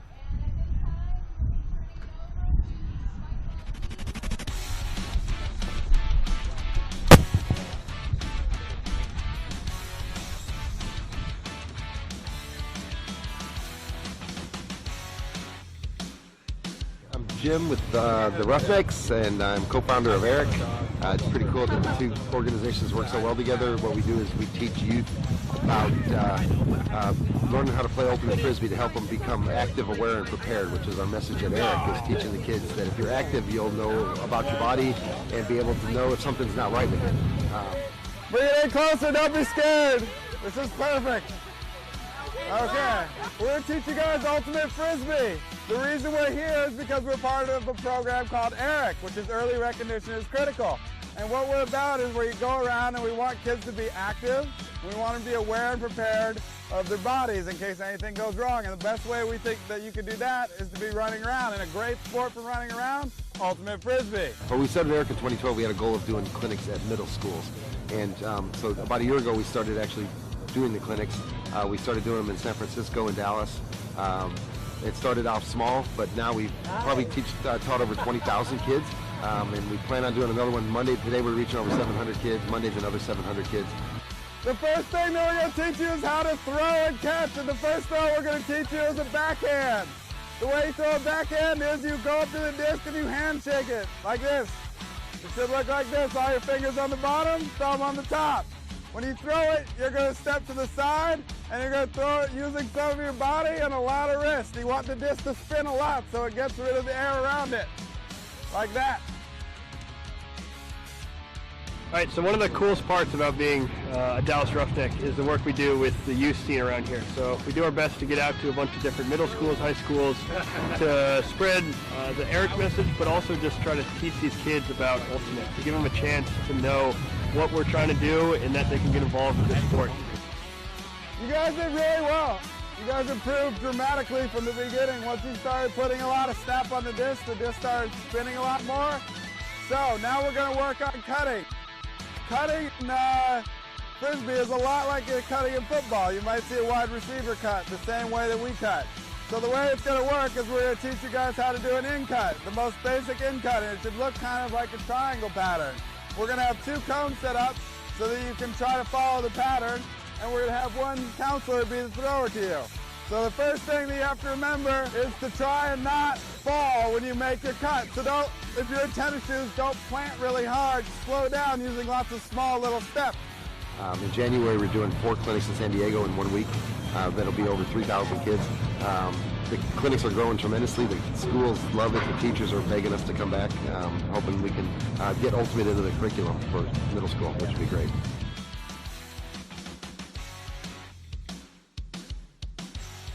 Started working with Eric at a clinic back in Denton High School, and it kind of grasped my attention, and it let me know that this is definitely what I want to do with my life, just being involved in Ultimate, helping kids, spreading the cancer awareness stuff. One of the most amazing things that we get to do as the Dallas Roughnecks is come out to all these youth clinics and teach them Ultimate. These are spirit hats, guys. We'd like to give them out to the people that we thought showed the most spirit during their little fun clinic that we did. So I have a girl that, in spirit, there's 5 different rules of it. One of them is to enjoy playing. And part of enjoying playing is smiling. And to keep smiling is a really good thing to do. And this girl showed great smile during the whole class. For somebody who caught with both hands, caught pancake left hand on top, right hand on top, learned how to catch. And where are you? A little girl on our team who is on the best hands. Nice job, kid. Great work. She was super excited the entire time. Kept wanting to go. Kept wanting to get on there. Man, keep on playing, man. Good job, buddy. Kept playing and learned a lot. Got a lot of catches. I knew it. One more.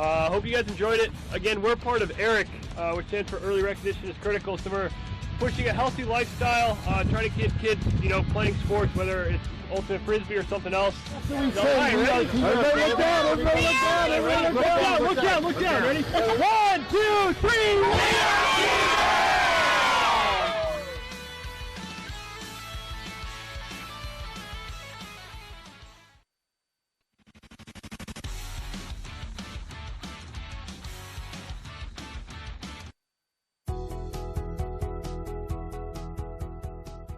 Around the world knows that Dallas Hut Cancer is the one that's helping these kids.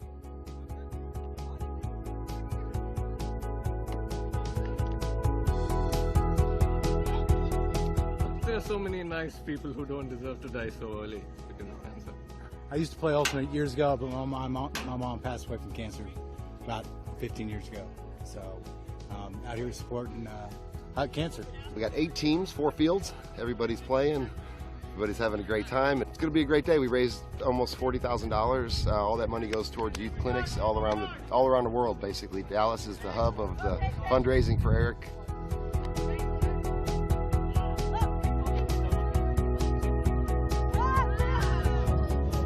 I'm playing for my dad. It's actually really embarrassing for him because he doesn't like to acknowledge that he's not Superman. And so my family actually does a lot for cancer. Early recognition is critical. Is about raising awareness of cancer symptoms and early recognition, and we go to different middle school and high schools and do clinics to help people understand what they need to do to better prevent getting cancer, to stay aware, to be active, because then whenever you're more active, you're more aware of your body and you can detect symptoms better. And so basically this tournament is just a way to expand the idea, the organization, and to raise money for that, so we can hit more people and hopefully prevent and save lives. 1, 2, 3. Oh, cancer! 2 corner!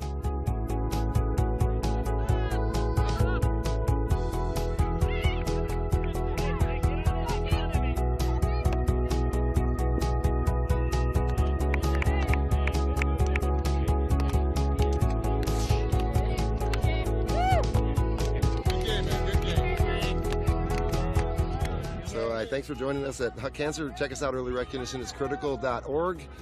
Please donate. We could use the money. 1, 2, 3. We are Eric!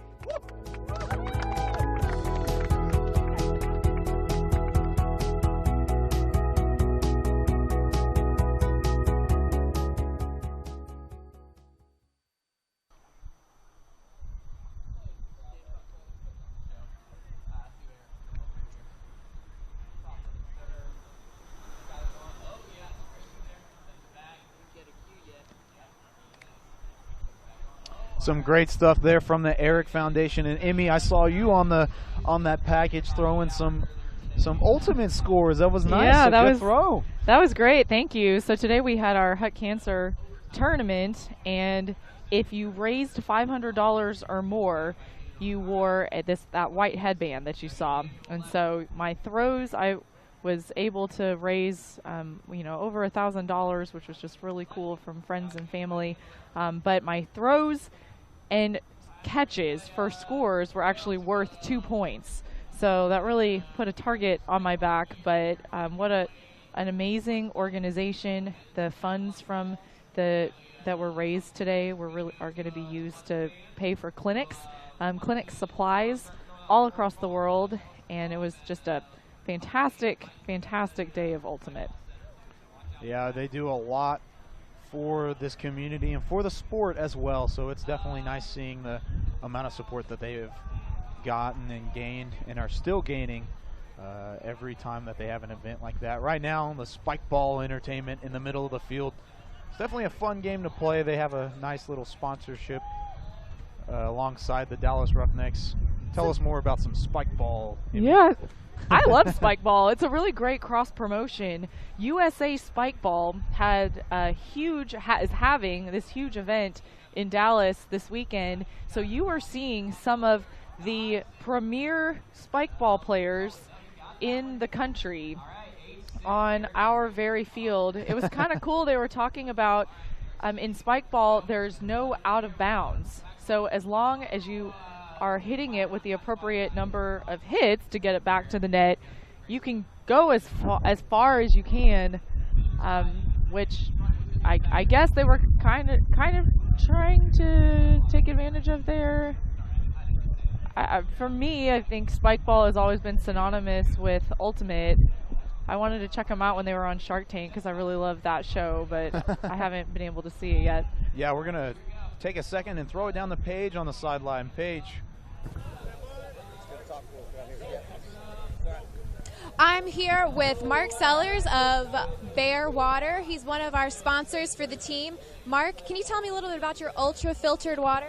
Well, it's ultra-filtered. As the name indicates, we take all the bad stuff out and only leave the good stuff in. So it's more than just water. It is very delicious, hydrating water. And how did you get involved with being a sponsor of an Ultimate Disc team? So I've played in Dallas for about 30 years. And when Jim put the team together, I've played with Jim many times, and some of these guys, it was just a great opportunity to help them be successful in Dallas. So, really excited about it. All right, do you mind if I try some right here? Try some. Love for you. Yeah, can I have a helper since this is kind of difficult with just one hand? This is Brian Lockhead, everyone, also involved with the team. Thank you, sir. Super good. Very delicious. Everyone, Bear Water. Thank you so much. Back to y'all. Thanks, Paige. Some incredible stuff down there with you and Bear Water. That was definitely entertaining to watch and hear about. But what was more entertaining was the game that we had in the first half. Let's look at a couple of the highlights that we had from tonight's action. There were plenty of highlights, plenty of really exciting athletic plays. I'm sure there are a lot that the folks at home can think of right now. So first, we see Jimmy with the track down and the aftershock bid there for the score. And we got to see a lot of those kind of plays in the first half from the Roughnecks and even some from the Cannons as well. You don't get to see just an abundance of diving efforts, but there were a lot of them in that first half, including a couple, like you said, from Mickle. There was one from Matt Rasmussen that I'm sure is going to be on this highlight package that was just absolutely incredible. It's fun to watch these kind of plays. This was that threading the needle that I was unsure about, but Yeah. Dylan Larberg able to come down with it. Chris Gibson coming over with the help defense there. And this, that's quite a play. And Bo streaking into the end zone, layout grab, hands it to the fans. Jake Anderson with that awesome D there, clean D.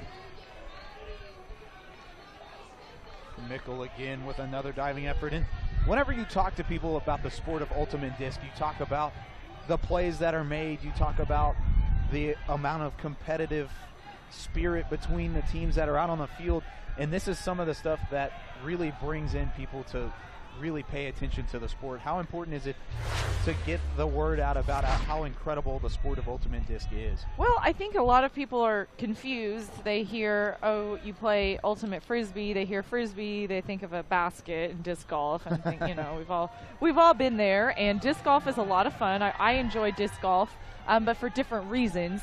Ultimate is so athletic. There are so many diving plays, all of the different offensive strategies and the tie over that it has from all of these other sports, but competition is fun, and it's just so exciting that in Texas we have professional level competition for ultimate disc now. It's not even just the competition, the professional level, it's almost world-class level with the way that the Roughnecks have been playing, and even the Austin Soul team that's definitely not no slouch either, where the Roughnecks played in the first couple games of their season. Now they are up against the Jacksonville Cannons. Exactly, and Jacksonville is an athletic team. They're a strong team in the South. A lot of Florida guys on the team. You have 3 guys who won college nationals for Florida together. Chris Catrone, Cole Sullivan, and Chris Gibson. Travis Catrone and Chris Gibson. So we're going to go back down the page on the sideline. Paige, what you got for us this time? I'm here with Roughnecks player Kurt Gibson. Kurt, how do you think the game is going so far? You know, we started off pretty strong. We had an 8-2 first quarter, and then you know, we traded in the second half. So kind of a lull that we kind of were, you know, went through. But you know, hopefully in the second half we can get back to our first quarter form. And I know your brother is on the opposing team today. How does that feel to play him? You know, we played against each other before, maybe not on quite a stage like this, so it's pretty exciting. We haven't really matched up on the field. I think I may have bid on a disc when he caught it, but you know, we're both playing offense, so it's fun to see him, and he's doing well, so it's exciting.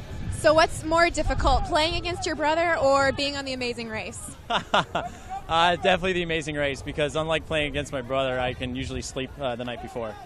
All right, thank you so much, and good luck at the second half. Thank you.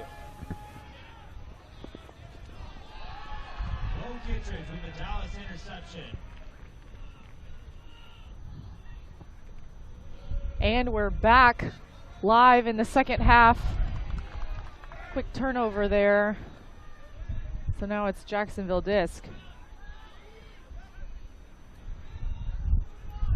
Yeah, Jacksonville with the disc right now. Kittredge was able to come up with a nice D in the end zone, but once again, the Roughnecks did turn it over, so there's another opportunity. Looks like there's going to be a push-off there called. Looks like Polos tried to get around the defender, but they called a foul on him instead. I think the foul was on Dallas. Yeah, exactly. Yeah. So Jacksonville with the disc again, and they will get the first goal of the second half, opening the scoring here. Makes it 17-11. That was a great backhand break by Poulos there. That is hard to defend when you're a downfield receiver. And you have that. That's such quick release on that backhand break. Chris Gibson, of course, the brother of Kurt Gibson, the one that was just interviewed by Paige down on the sideline. An incredible play down there to make it 17-11 here at the very beginning of this third quarter.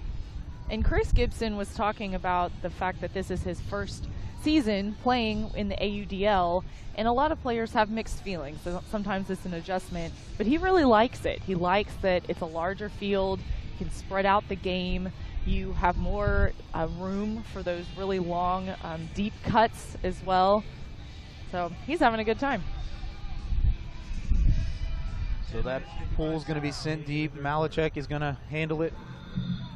He'll send it to Gibson. Gibson's going to be, there's going to be a foul called. They wanted to continue the play. Rasmussen almost a little bit, almost looked like he was annoyed by the referee's call, but Dallas will get to advance the disc 10 yards. And that's a difference from with Diff USAU Ultimate versus AUDL Ultimate, where as in normal Ultimate, I should say, you get to traditional Ultimate, you do get to play on, but here when the whistle's called, no, goes back to the thrower, they advance 10 yards. So Rasmussen grabs it from Mickle. Back to Malachek. Back to Rasmussen. Middle of the field to Kittredge. Methodically working the disc upfield. And in the corner of the end zone, there's going to be a score for Bo Kittredge. Out of the hands from Kurt Gibson. Makes it 18-11. That was a great cut, timing of cuts that Bo had off of Kurt's throw there. And they're using the break side as well. Actually, I take it back. It looks like they were forcing backhand, and Bo was just really able to have a really good cut to that corner of the end zone. And that's what is nice about having so much flexibility as a team, to be able to kind of counteract the strategy from the opposing team and be able to take advantage of it. As Dylan Freechild's going to send this pull deep. Jacksonville back down by 11. You have Journey playing in the background. It's a beautiful scene here in the Colony. Sun has completely set now. Dark settles in. Under the lights here on Saturday night.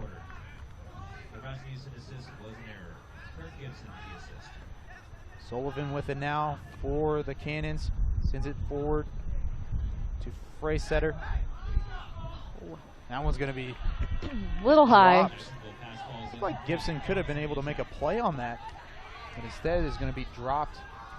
Roughnecks get another opportunity. Laurie with it to Jackson. Jackson going deep, looking for Emmons in the end zone, and he's able to drag the feet for the score. It's a great put from Matt Jackson.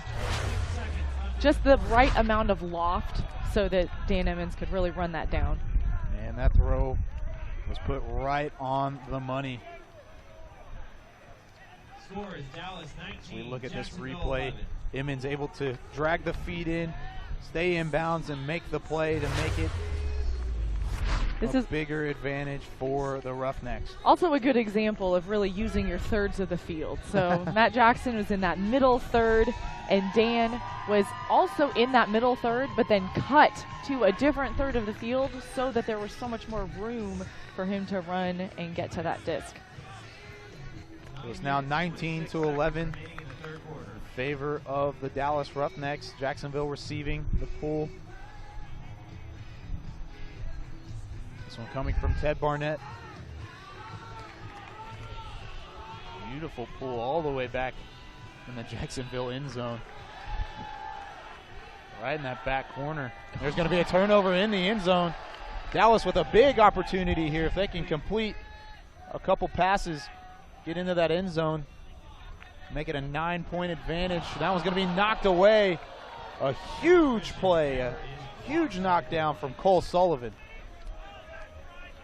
Denied.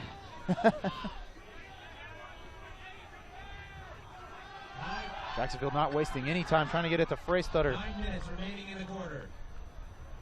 A double team on the disc, but they're going to call a foul and they're going to advance it 10 yards. Freystutter again with it. Oh, and a nice diving D from Ted Barnett.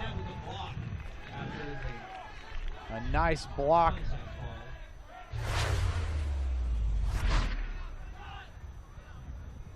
we look at that replay, that Barnett flying in out of nowhere to make the play. Kai Marshall dishes it and then runs deep. Oh, just out of his Great reach. bid. Wow. That was hanging on a rope. That was a quick disc. Neither one of these teams really taking any time on their offensive possessions, really seeing a lot of long tries at it today, at least in the second half.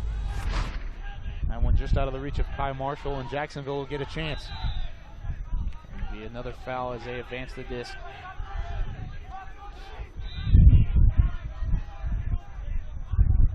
Jacksonville with it, down by 8.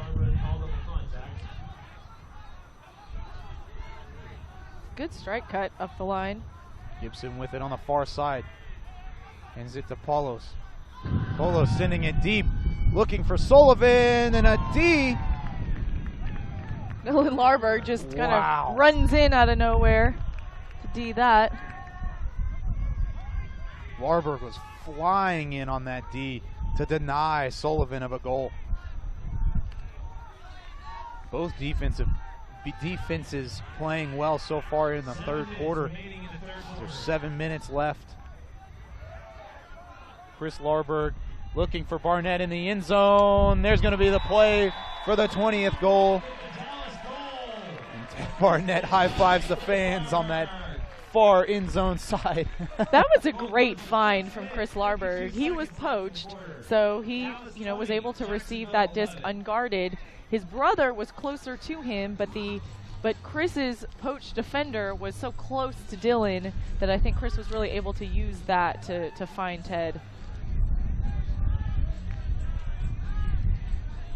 Yeah, it definitely was a great play. Emmy, let's take some time to thank some more of our sponsors for tonight's game. Yes, we'd like to thank Nationwide Overspray and the incredible work that they do. Nationwide Overspray, Nationwide Auto Services, overspray removal, hail damage removal. They are the best in the biz. They have a lot of methodology that they came up with themselves. Their owner is actually one of the owners of the Roughnecks, and we are just so thankful for all of the awesome work. A lot of fantastic employees at Nationwide Overspray besides just Jim. So thank you, Nationwide Overspray. Also a big contributor to the Eric Foundation as well, of course, as this one's going to be sent deep, looking and not finding the receiver on that end. Alex Bullock unable to come up with the grab. Another nice bid, though, from the Cannons, just inches out of reach. It's a sliding catch on that one, as we see the replay, just out of the reach of Bullock. Dallas with it again. Dallas spreading the field pretty wide in their host stack. I think they're trying to give their handlers room to work, but because of that, it sort of strands the handlers to that difficult dump strike cut to Jimmy Mickle. And another nice defensive play. Mickle was unable to come up with it. And another defensive play, this time from the Dallas end. Mac Jackson coming across and making a nice block. It's a great crossbody tip there from Matt Jackson. Jackson not wasting any time again, going deep and going up over the top. And making the play is Dylan Smith.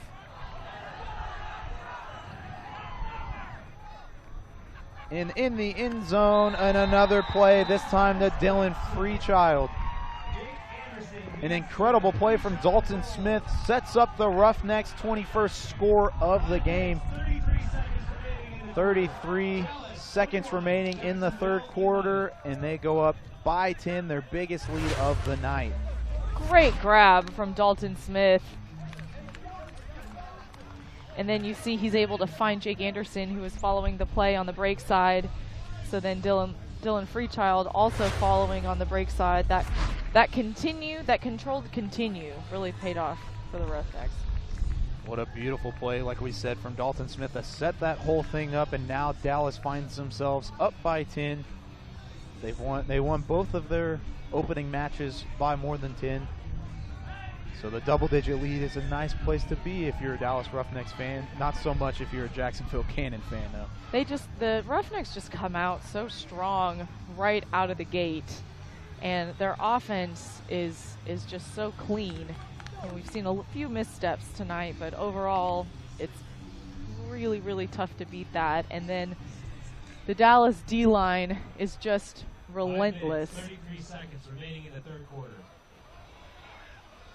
That disc is going to fly out of bounds into a... So 5.5 minutes left in the third quarter. Jacksonville taking their time to reset the disc on the brick mark. Sullivan sending it to Catron. Back to Sullivan. So Larberg really playing that straight up, not letting Sullivan launch one of those. So it puts Kevin Christian in a really great position to get that D. Christian, another great defensive play. This Dallas defense really stepping up in this quarter, just like they did in the first quarter as well. Gibson with it now. 5 minutes remaining in the third quarter. So we have 5 minutes remaining in the third quarter. Gibson just a couple feet in front of the end zone, able to beat the double team.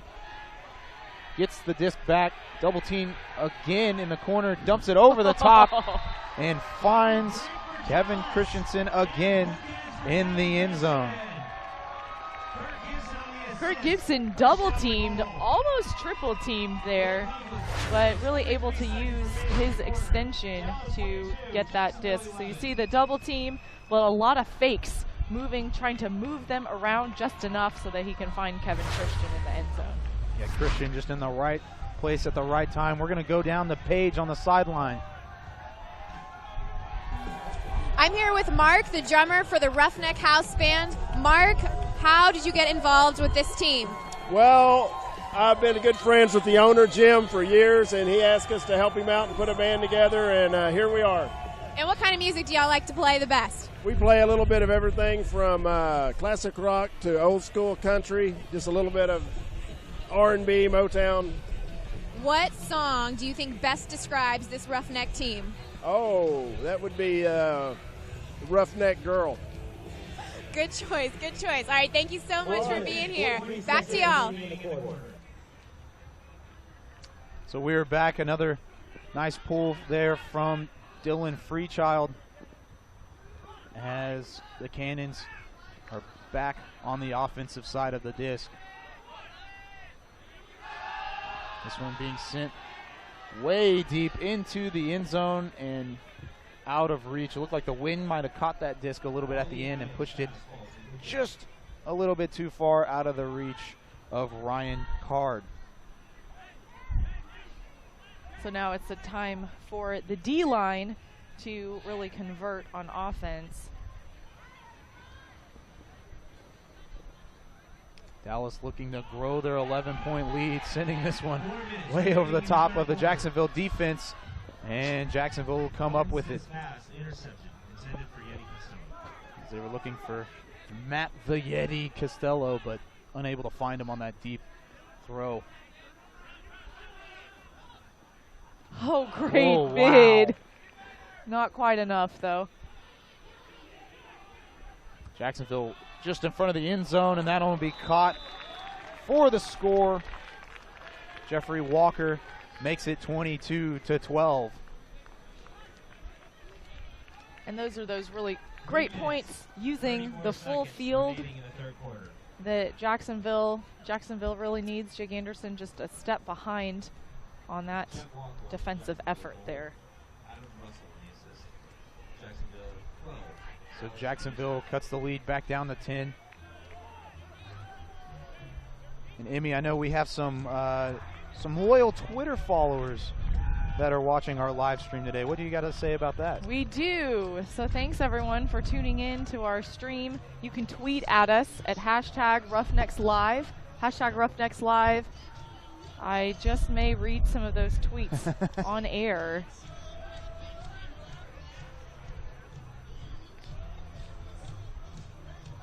as that pool is going to be sent deep.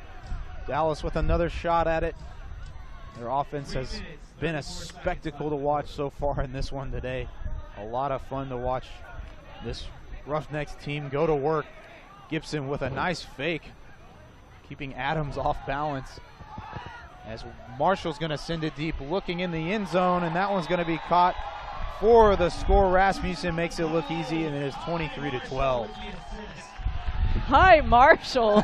Typically, it would be the opposite. It would typically be Cassidy throwing to Kai, but we've seen Cassidy is a fantastic receiver, and Kai just puts that great OI flick. So after the play, you see Cassidy pointing at Kai, saying, "Attaboy." Yeah, like you said, it would normally be reversed, and you see a lot of smiles on that Roughnecks sideline after that play was made. Almost like I said, during it, made it look easy. Rasmussen just making the catch casually in the end zone, makes it 23-12.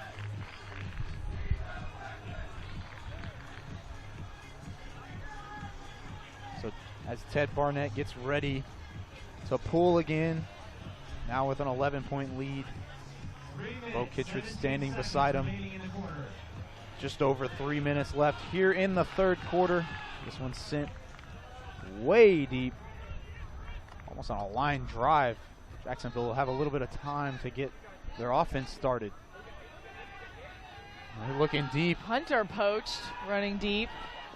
That one's going to be knocked away. Still in the air, but that one will fall harmlessly to the ground as Dylan Larberg makes the defensive play. Dylan had great closing speed. I think he recognized that poach early enough to be able to get there. And that's something that this Dallas team is incredible at doing, is having that closing speed. They have a lot of fast players that know how to use that to their advantage. It's going to be sent high in the air. We'll see who can come down with it.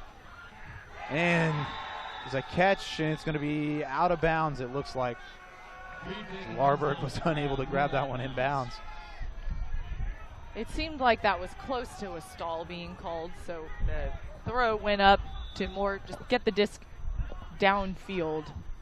So the Jacksonville Cannons have more field they have to work. Unable to move it forward as they still continue to move farther into their own field. 2 minutes remaining in the third quarter. Kevin Christian almost getting the D there, not quite. Having to work it back and forth. The Cannons are from keeping this, trying to keep this Dallas D off balance. It's a great diving effort from Nick Hunter there. 90 seconds remaining in the quarter. So a minute and a half remaining in the third quarter. Cannons still with possession, being very methodical in their movement of the disc. A little bit more open field now for the Cannons to work with. Possession is key here. Up. And they were able to take advantage of it for the 13th goal of the game for the Jacksonville Cannons. Just an incredible job all around from that offensive line to be able to take that and make a score off of it. We'll take a second to go down the page. Paige, what you got? I'm back with Roughnecks mascot Riggs. Riggs, are you exhausted yet from running back and forth with all the scoring going on? Terribly exhausted, but I'm happy to cheer the fans on with all the excitement going on in this game. So tell me, what kind of workout routine gets you this kind of physique that you've got going on right here? More or less 7 days a week, 5 hours a day, pumping all the iron I can. Eating nothing but raw eggs, right? That's it. All right, thank you so much. Back to y'all. Thanks, Paige. Another great interview. And, of course, with the Roughnecks' new mascot, it's definitely a character running with that flag on the sidelines and in the end zones. Riggs is having a good time. I like that guy that kind of photobombed in the background there with his little pose. I see you guy in the background.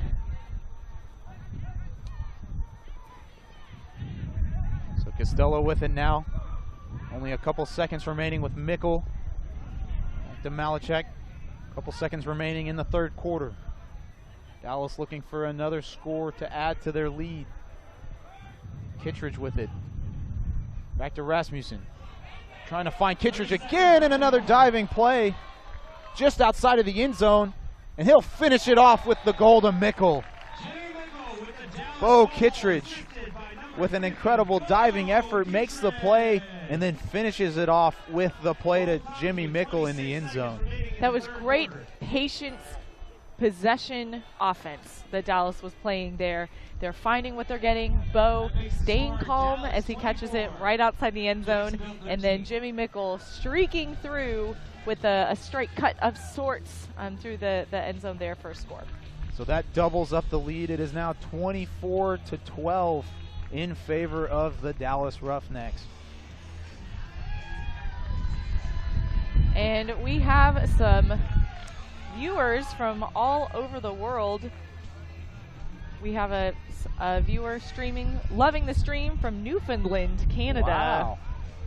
Thanks All for right. tuning in from Newfoundland. That's beautiful country out there.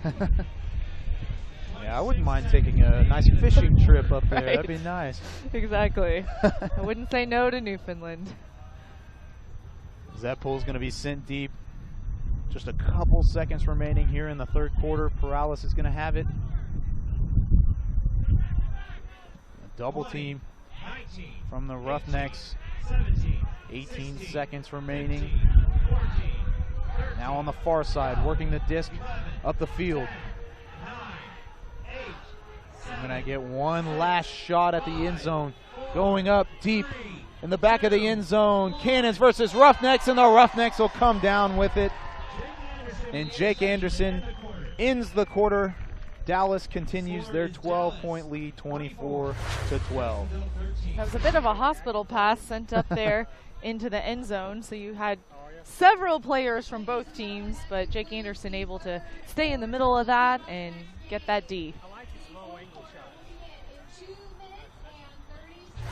So we got a little bit of a break here between the third and the fourth quarter. And Dallas has a sizable advantage now in their favor. 24-12 is the score. Amy, what are you seeing so far from both of these teams? Seeing, I think, a greater emphasis on possession. We saw a lot in the last quarter about big hucks, but possession has been key. And we'll go back down the page real quick on the sideline. What you got, Paige? Stop by after the game. I'm here with Roughnecks player Brody Smith. Brody, you've been inactive for these past 3 games. When do you expect to be back? I don't have a date in mind yet. I'm just training really hard and putting in a lot of physical therapy, and hopefully sooner than later. And what exactly what are you working on right now? What's your injury? So I tore my ACL and the meniscus in my right knee. So just trying to get that back to 100% to be injury free. And what's more fun, making your YouTube videos or Amazing Race? Amazing Race was pretty much a once-in-a-lifetime experience. It's tough to beat that. All right, thank you so much. We hope to see you back soon. Thank you. Back to y'all. Thanks, Paige. Another great interview, that time from Brody Smith. And having Brody Smith will be nice whenever he's able and ready to come back, but they also don't want to rush things with his injury. Exactly. Brody, as we've seen from his trick shot videos, Brody's got a lot of throws, and when he is in good physical condition, he can make a lot of really athletic plays as well. So he is a threat on both sides of the disc, but unfortunately, physical just injuries have hampered him the past couple of seasons. So we're hoping that Brody will make it to the field very, very soon. Yeah, one of the most popular, if not the most popular or well-known player in the AUDL. Definitely has the most Twitter and Instagram and YouTube followers, I would probably have to say. Brody Smith has a lot of followers. I will say Austin Soul's Caleb Denacor is I would think second place. I mean, that guy has something like 40,000 Twitter followers. Maybe I could take a couple of those. I would enjoy some more Twitter followers. Wouldn't that be nice? I know. So my Twitter handle is @EmmyFitz. So in addition to all of our Roughnecks channels, You can follow me for, all those antics. Kyle has his Twitter handle Yeah, I guess as well. I'll go ahead and advertise mine as well, at K and then YOUMANS023 on Twitter, KYeomans023. So maybe I'll get a couple followers off the live stream. You never know. 12 minutes remaining in the fourth quarter. So the Roughnecks will have it to start the final quarter of the game, up 24-12. Mickle with it on the opposite side. He's going to send it back to Malachek. He'll dump it off to Costello. Costello with a little bit more room to work as he dumps it off near side to Rasmussen. Kittredge with it now. Kittredge going without the hat today as he hands it back to Costello. Sending it in the end zone, and the low catch will be made by Kai Marshall on the far side to make it 25-12. Great grab. Kai really had to follow that and then come down with a one-handed catch. That was a very quick moving disc. Matt, the Yeti Costello with the assist, finding Kai Marshall, puts the lead back up to 13. And Emmy, what are some more sponsors that we have to thank today? We like to thank Golden Ticket, your passport to sports for over 27 years. GoldenTickets.com. They are a longtime sponsor of Dallas Ultimate activities. If you have clients that you want to take to the Masters, NBA All-Star Game, box seats somewhere, they have, as they say, they've got the golden ticket. So Ted Barnett on the pull, sending that one high in the air. 23 seconds left in the game. I always love the foot races from some of the defensive players after a pull. That time it was Dylan Larberg. As this one's going to fall. No, it's not. Great grab. An incredible grab from the Cannons. Travis Catron on the play. Freystetter with it now. He gives it to Gibson. Gibson in the back of the end zone looking for Catron, and that'll be a score for Jacksonville. Just over 11 minutes remaining in the game as Catron, you see that replay, grabbing it in the back of the end zone pretty easily. It's a great I.O. flick from Chris Gibson to set up that play.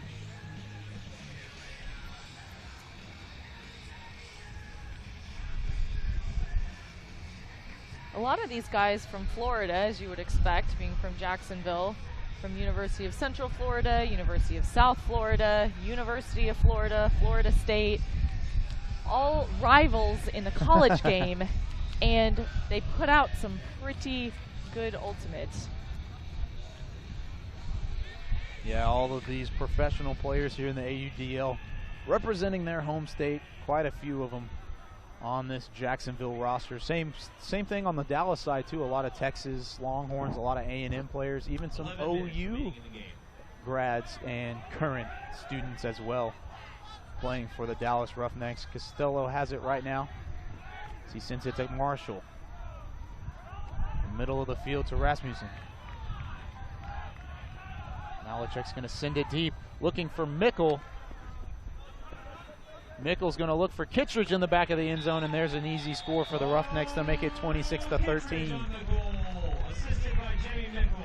It's a great find, Malachek finding Jimmy Mickle, that huge yardage advance, so that Jimmy is able to find Bo, running force side for that score.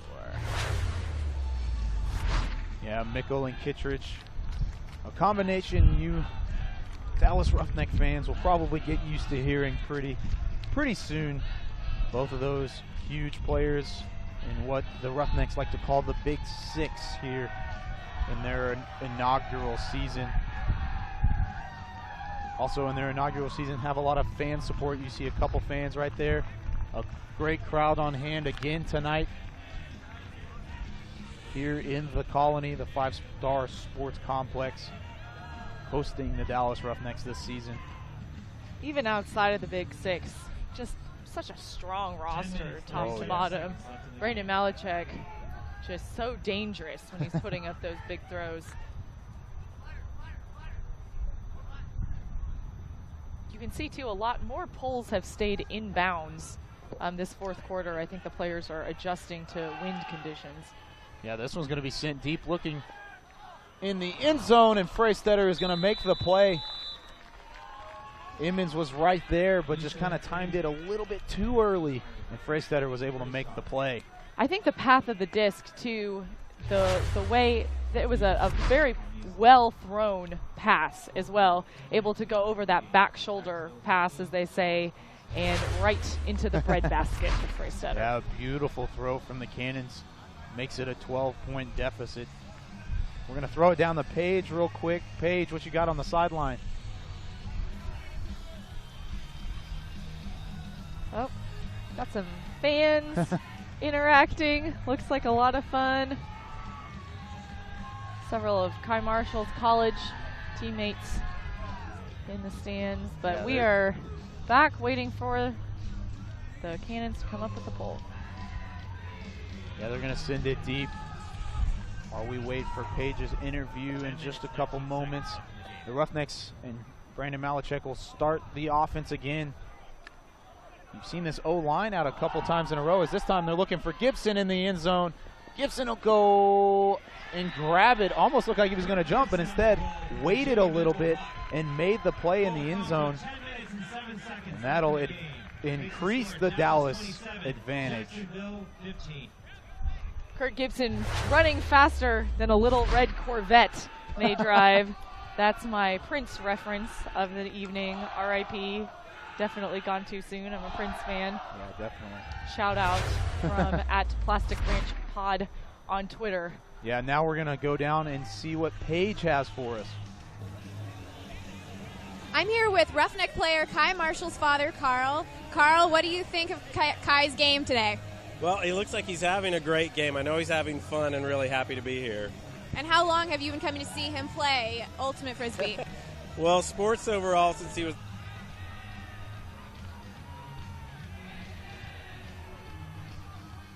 Minutes, 7 seconds left in the game.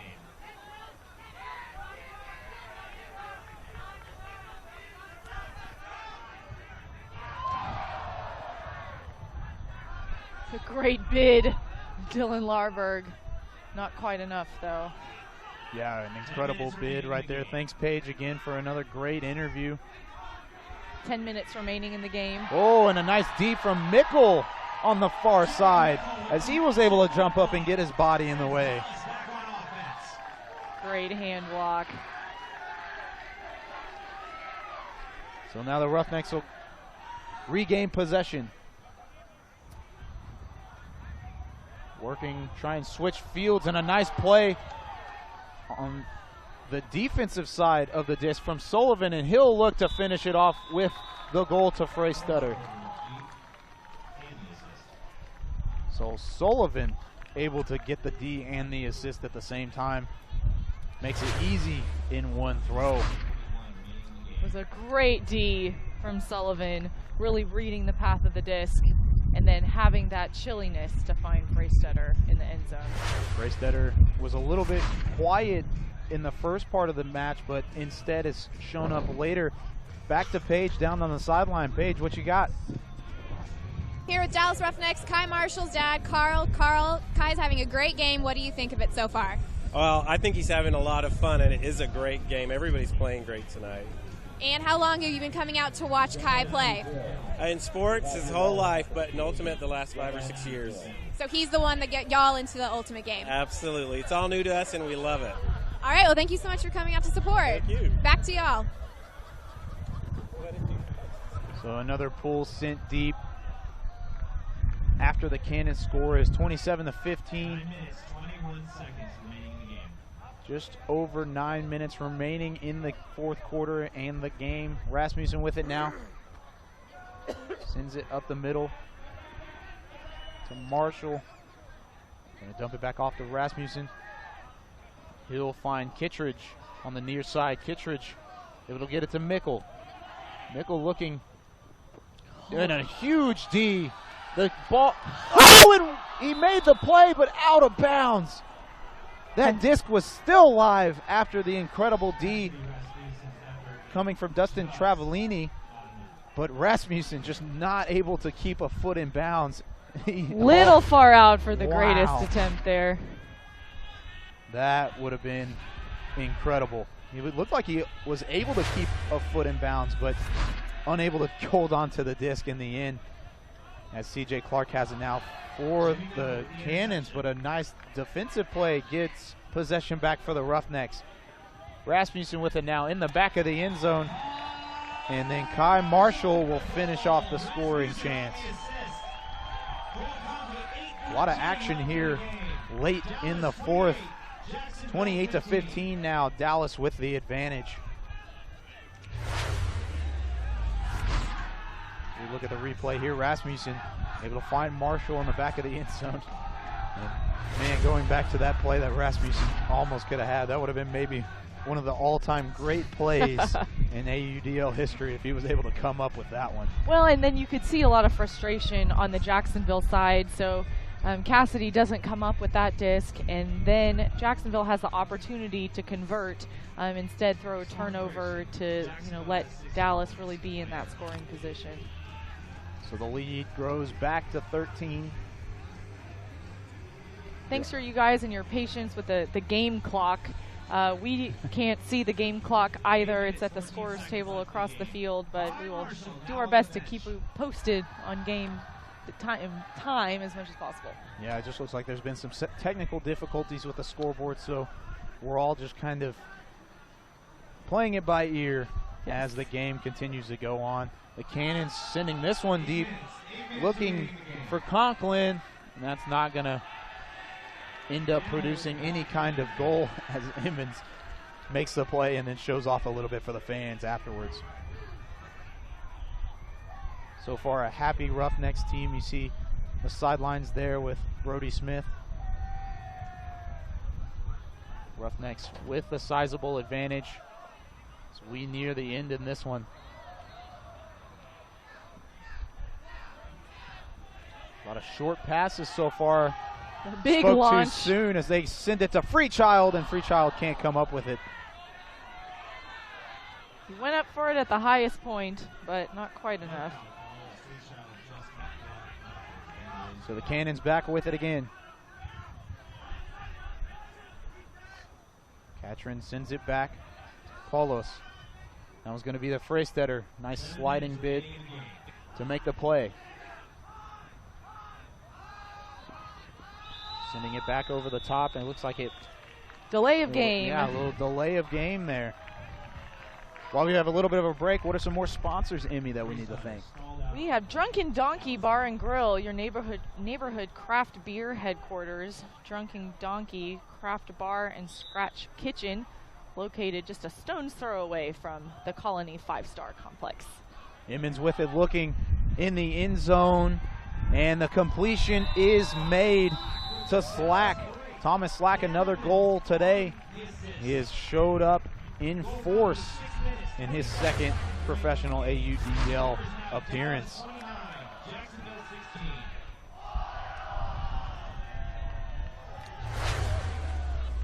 So the Roughnecks increase their lead even more, coming within one of that 30 mark. Like we talked about, they weren't able to grab it, just barely missing the 30 mark in their last game against the Soul, but they were able to get it in their opening inaugural franchise game against the Soul here a couple weeks ago. Will they make it to 30? Probably. I hope they make it to 30.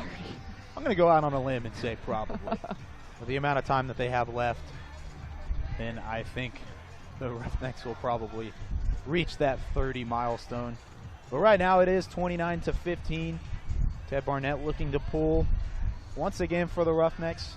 He's been all over it. With 6 minutes, 27 seconds remaining. It's a long throw. Looks like there might be I think it was a line foul. Offside, yes, offsides on the pull.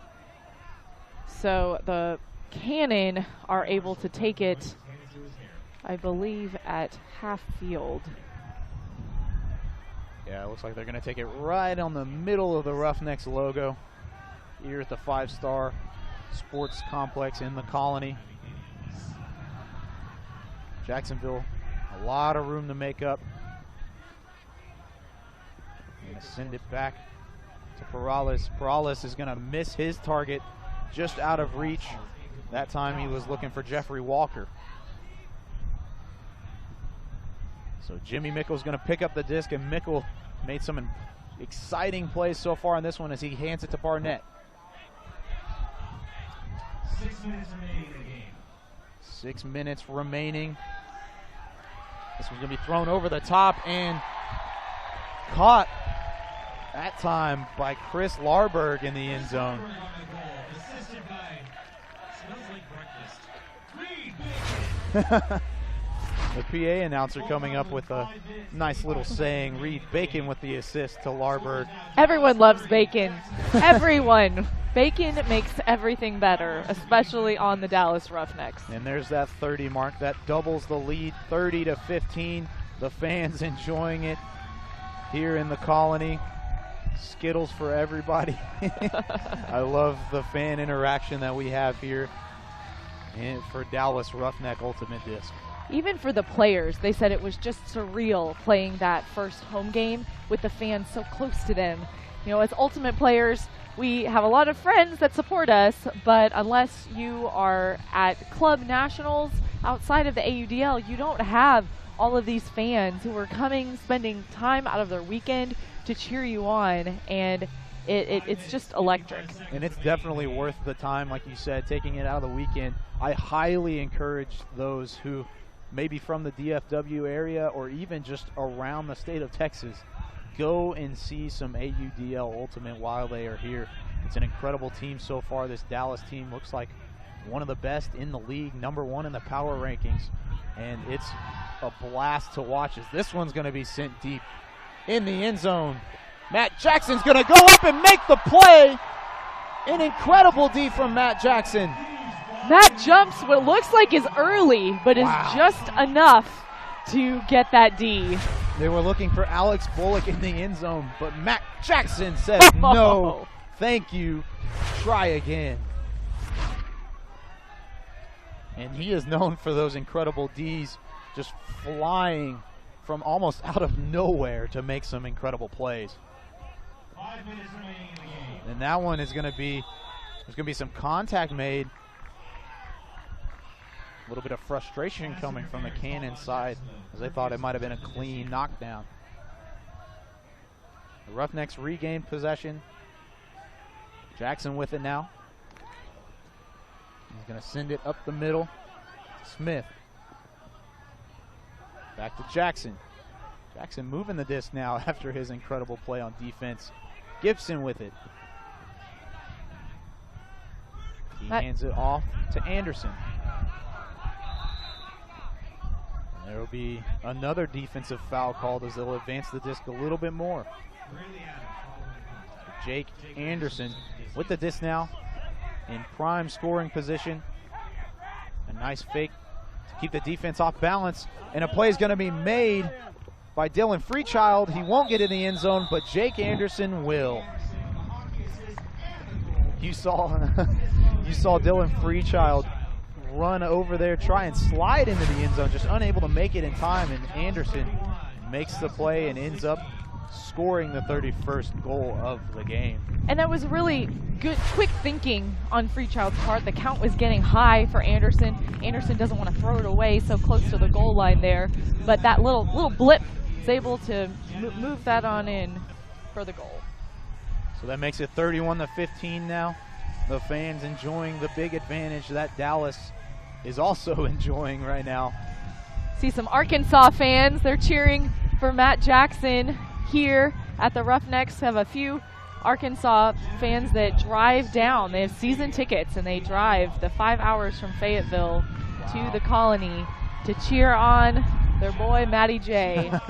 Shout out to all of the Fayetteville folks watching back in Arkansas as well. And that's not an easy drive either. I have a friend that lives up in Arkansas as well, and I go fishing with him every once in a while. That's not a drive that anybody can make on any given Saturday. So these Arkansans are real tough. Man, loyal fans. So that play's going to be knocked away. Flying in out of nowhere is Bo Kittredge. Looks like Ted Barnett also got a little bit of a hand on that. Just a double defensive play from the Roughnecks. A lot of intensity. That was going to be turned over on the goal line, so the Cannons get it back. A little bit of contact after the reception. Nothing called, though. Cannons moving it up the field. Walker sending it deep. That one's going to be caught. Still short of the end zone. Going to pass it back to Perales. And he'll find Hunter. Nick Hunter back to Perales. Good defense so far from the Roughnecks as they're going to have to dump it back off to Hunter. Hunter over the top, and that one's going to be dropped in the end zone. In and out of the hands as he was looking for Walker. Those upside down throws can be difficult to come down, especially in the wind. That's the second drop in the end zone that Jeffrey Walker has had in this game. Timeout called. It looks like the Roughnecks are going to take a timeout and talk this one over with 2 minutes and 48 seconds remaining. A lot of the Dallas players kind of looking tired on the opposite side of the field. What kind of strategy do you have here if you're Dallas going down the stretch with a sizable lead? Finish strong and never take anything for granted. Okay. So regardless of the score or the lead, they do not want to let up with that mental toughness to just keep that pedal on the gas, because you never want to get comfortable with a lead, especially in Ultimate, because it's a game of runs. There are games where teams have blown a 10-plus point lead because that mental sharpness wasn't there. Dallas has a lot of that mental sharpness, thankfully, but they just really need to continue that and tweak all of those little elements. So just over 2 minutes remaining in the game. Dallas up by 16, 31-15. And we talked about this at the end of our last game, the possibility of playing some different kind of teammates who may not be here or will be here while the USA team members will be gone over the summer, and how important that is. That's right, and some of their roster additions like Brody Smith, the hope is hopefully he'll be back in time for the player when they're gone at Worlds. Jeremy Langdon, who's not here tonight, is another addition who will really help while they're gone. Right now, Rasmussen sending it deep, looking for Slack. That disc is going to fall in the end zone harmlessly, and the Cannons will get it back. Thomas Slack is fast, but that was difficult to chase down. Yeah, that one was a little bit too far out of his reach. Slack had a good game, or has had a good game today with multiple goals. Rasmussen as well with a couple assists, and then one of the most incredible goals of the season, as that one's going to be in and out of the hands of the Cannon. Looks like there was a stall called before that on the goal line, so the Roughnecks in prime position to score another goal. See if they can execute here. Kurt Gibson with it on the goal line. He centers the disc. Gibson sends it out, and he'll grab it. Another foul called. A travel called.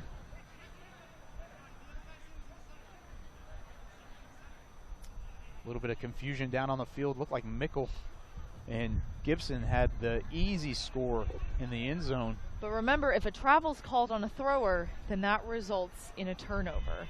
If a travel is called on the receiver, then that is a 10-yard penalty. They're still discussing down on the field. It's going to be interesting to see what they decide here as we look at a quick replay. I don't see anything wrong from that. That replay did start a little bit earlier, but it looks like Gibson's going to be a couple yards back, and they'll still have another shot at scoring, and he will find Rasmussen in the end zone to make it 32-15. So Gibson finds Cassidy Rasmussen in the end zone for another Dallas Roughnecks score. So Kurt with that really nice step out on his backhand, using a lot of extension and control to find Cassidy in the end zone. So a couple minutes remaining in this one. Dallas almost all but has it wrapped up as they look to increase to 3-0 on the young season. They were number 1 in the power rankings coming into this one. I don't know if that will change, Emmy, the way that they've played tonight. Yes, well, I think Dallas has been very strong back and forth. They've adjusted the way the wind has been falling. They have stayed mentally tough through, you know, a close to perfect, but not completely perfect offensive effort. So Freechild sent it deep for the Roughnecks as the Cannons look to get a couple more goals before the end of this one. And a lot of contact, and they will call the foul. Jake Anderson called for that pass interference, kind of coming around the player, trying to get that D, but too much contact there. Yeah, it looks like he almost took the feet out from underneath that offensive player for the Cannons. Not really allowed to do that as CJ Clark has it for the Cannons. Sending it back. 19 seconds remaining. Over the top. The hammer is going to be out of the reach. They're going to stop the clock with 13 seconds remaining here in this one. 32-15 is the score. Dallas will finish this one out. The fans counting down. You can still hear them stuck at 13. 13. 13. 11, 10 seconds remaining. Just one more completion will end it for Dallas. And now it'll be out of reach with 4 seconds left. So the Cannons will have a chance. The clock does stop announcer. within 30 seconds, which is why the announcer keeps saying 5, 5, 5. 3, 2, 1. Cannons are going to send it deep into the end zone, and the play will be made for their 16th goal. That'll make it a 32-16 final score as the Dallas Roughnecks improve to 3 wins and no losses. Emmy, what do you think about these final thoughts of this game? I think that the Roughnecks had a fantastic effort. If I were to award a player of the game, it's hard to say. I think I'm going to give it to Dylan Larberg on defense. Dylan did a fantastic job running down the pole. He had a lot of athletic plays in the air. He also was really great on offense as well. Yeah, Larberg has definitely played well today. Both Larbergs actually played very well. Yes. It was almost, it was, not almost. It was an incredible all-around team effort from the Roughnecks so far in this one. An incredible game all around as they improve to 3-0, 32-16 the final score. So I think the Roughnecks being able to really have that lead in the first quarter allowed that cushion. So even though that third quarter was, or the second quarter was a little bit more back and forth, they were still able to continue that on and really just pull ahead in the second half. Yeah, the way they were able to get off to a quick start really helped them out so far in being able to have that advantage throughout the rest of the game. So we watch as the Roughnecks congratulate the crowd, thanking them for another incredible home match here against the Cannons. All around, just an incredible night. Riggs definitely enjoying it as you look at him on the screen right now, the new mascot for the Dallas Roughnecks. I love the muscle suit and the energy that he brings exactly to the table. And so now Jacksonville has to regroup tonight and then hit the road to face the Austin Soul tomorrow. So Austin Soul played pretty close with the Raleigh Flyers, losing just by 1 in their effort last week. And then the Cannons, had a less than their best start to the season against the Flyers. So just kind of knowing that with the Flyers as the common denominator, it'll be interesting what a Jacksonville-Austin matchup looks like tomorrow. Both of these teams hungry, not wanting to fall behind in that Southern Division. Austin looking for their first win of the season, and as a franchise in general with that home game tomorrow, I believe, right? Right, it is. It is tomorrow. Meanwhile, Dallas is going to hit the road to go to North Carolina next weekend. So they have a doubleheader on Saturday against the Raleigh Flyers and on Sunday against the Charlotte Express. So what the some of the travel fatigue that Jacksonville has been facing, that will now be what Dallas gets to deal with next week. Yeah, it'll definitely be interesting to see how the Roughnecks handle it. They have definitely shown their dominance so far in the first couple games of the season. Looks like Paige is ready and down on the field with Bo Kittredge. Paige, what you got? All right, I'm here with Captain Bo Kittredge. Bo, this is game 3. How do you think the season is shaping up so far? Dream come true as far as the people putting their energy and their effort into each and every game. The players are exceptionally well spirited on our team as far as, okay, maybe they're not spirited. That may have been the most spirited game I've ever played, actually. And we responded in the right way by taking the energy and putting it into playing hard and getting Ds and throwing good hucks, and I just caught a grape. That was a good catch for me. All right, and I'm going to wrap it up because he's giving me a finger. But I really love our team, the way they responded to being played really physically. We came out and didn't get in a fight and just brought the energy to D's and to scoring, and I think we just scored a lot more points than they did. So.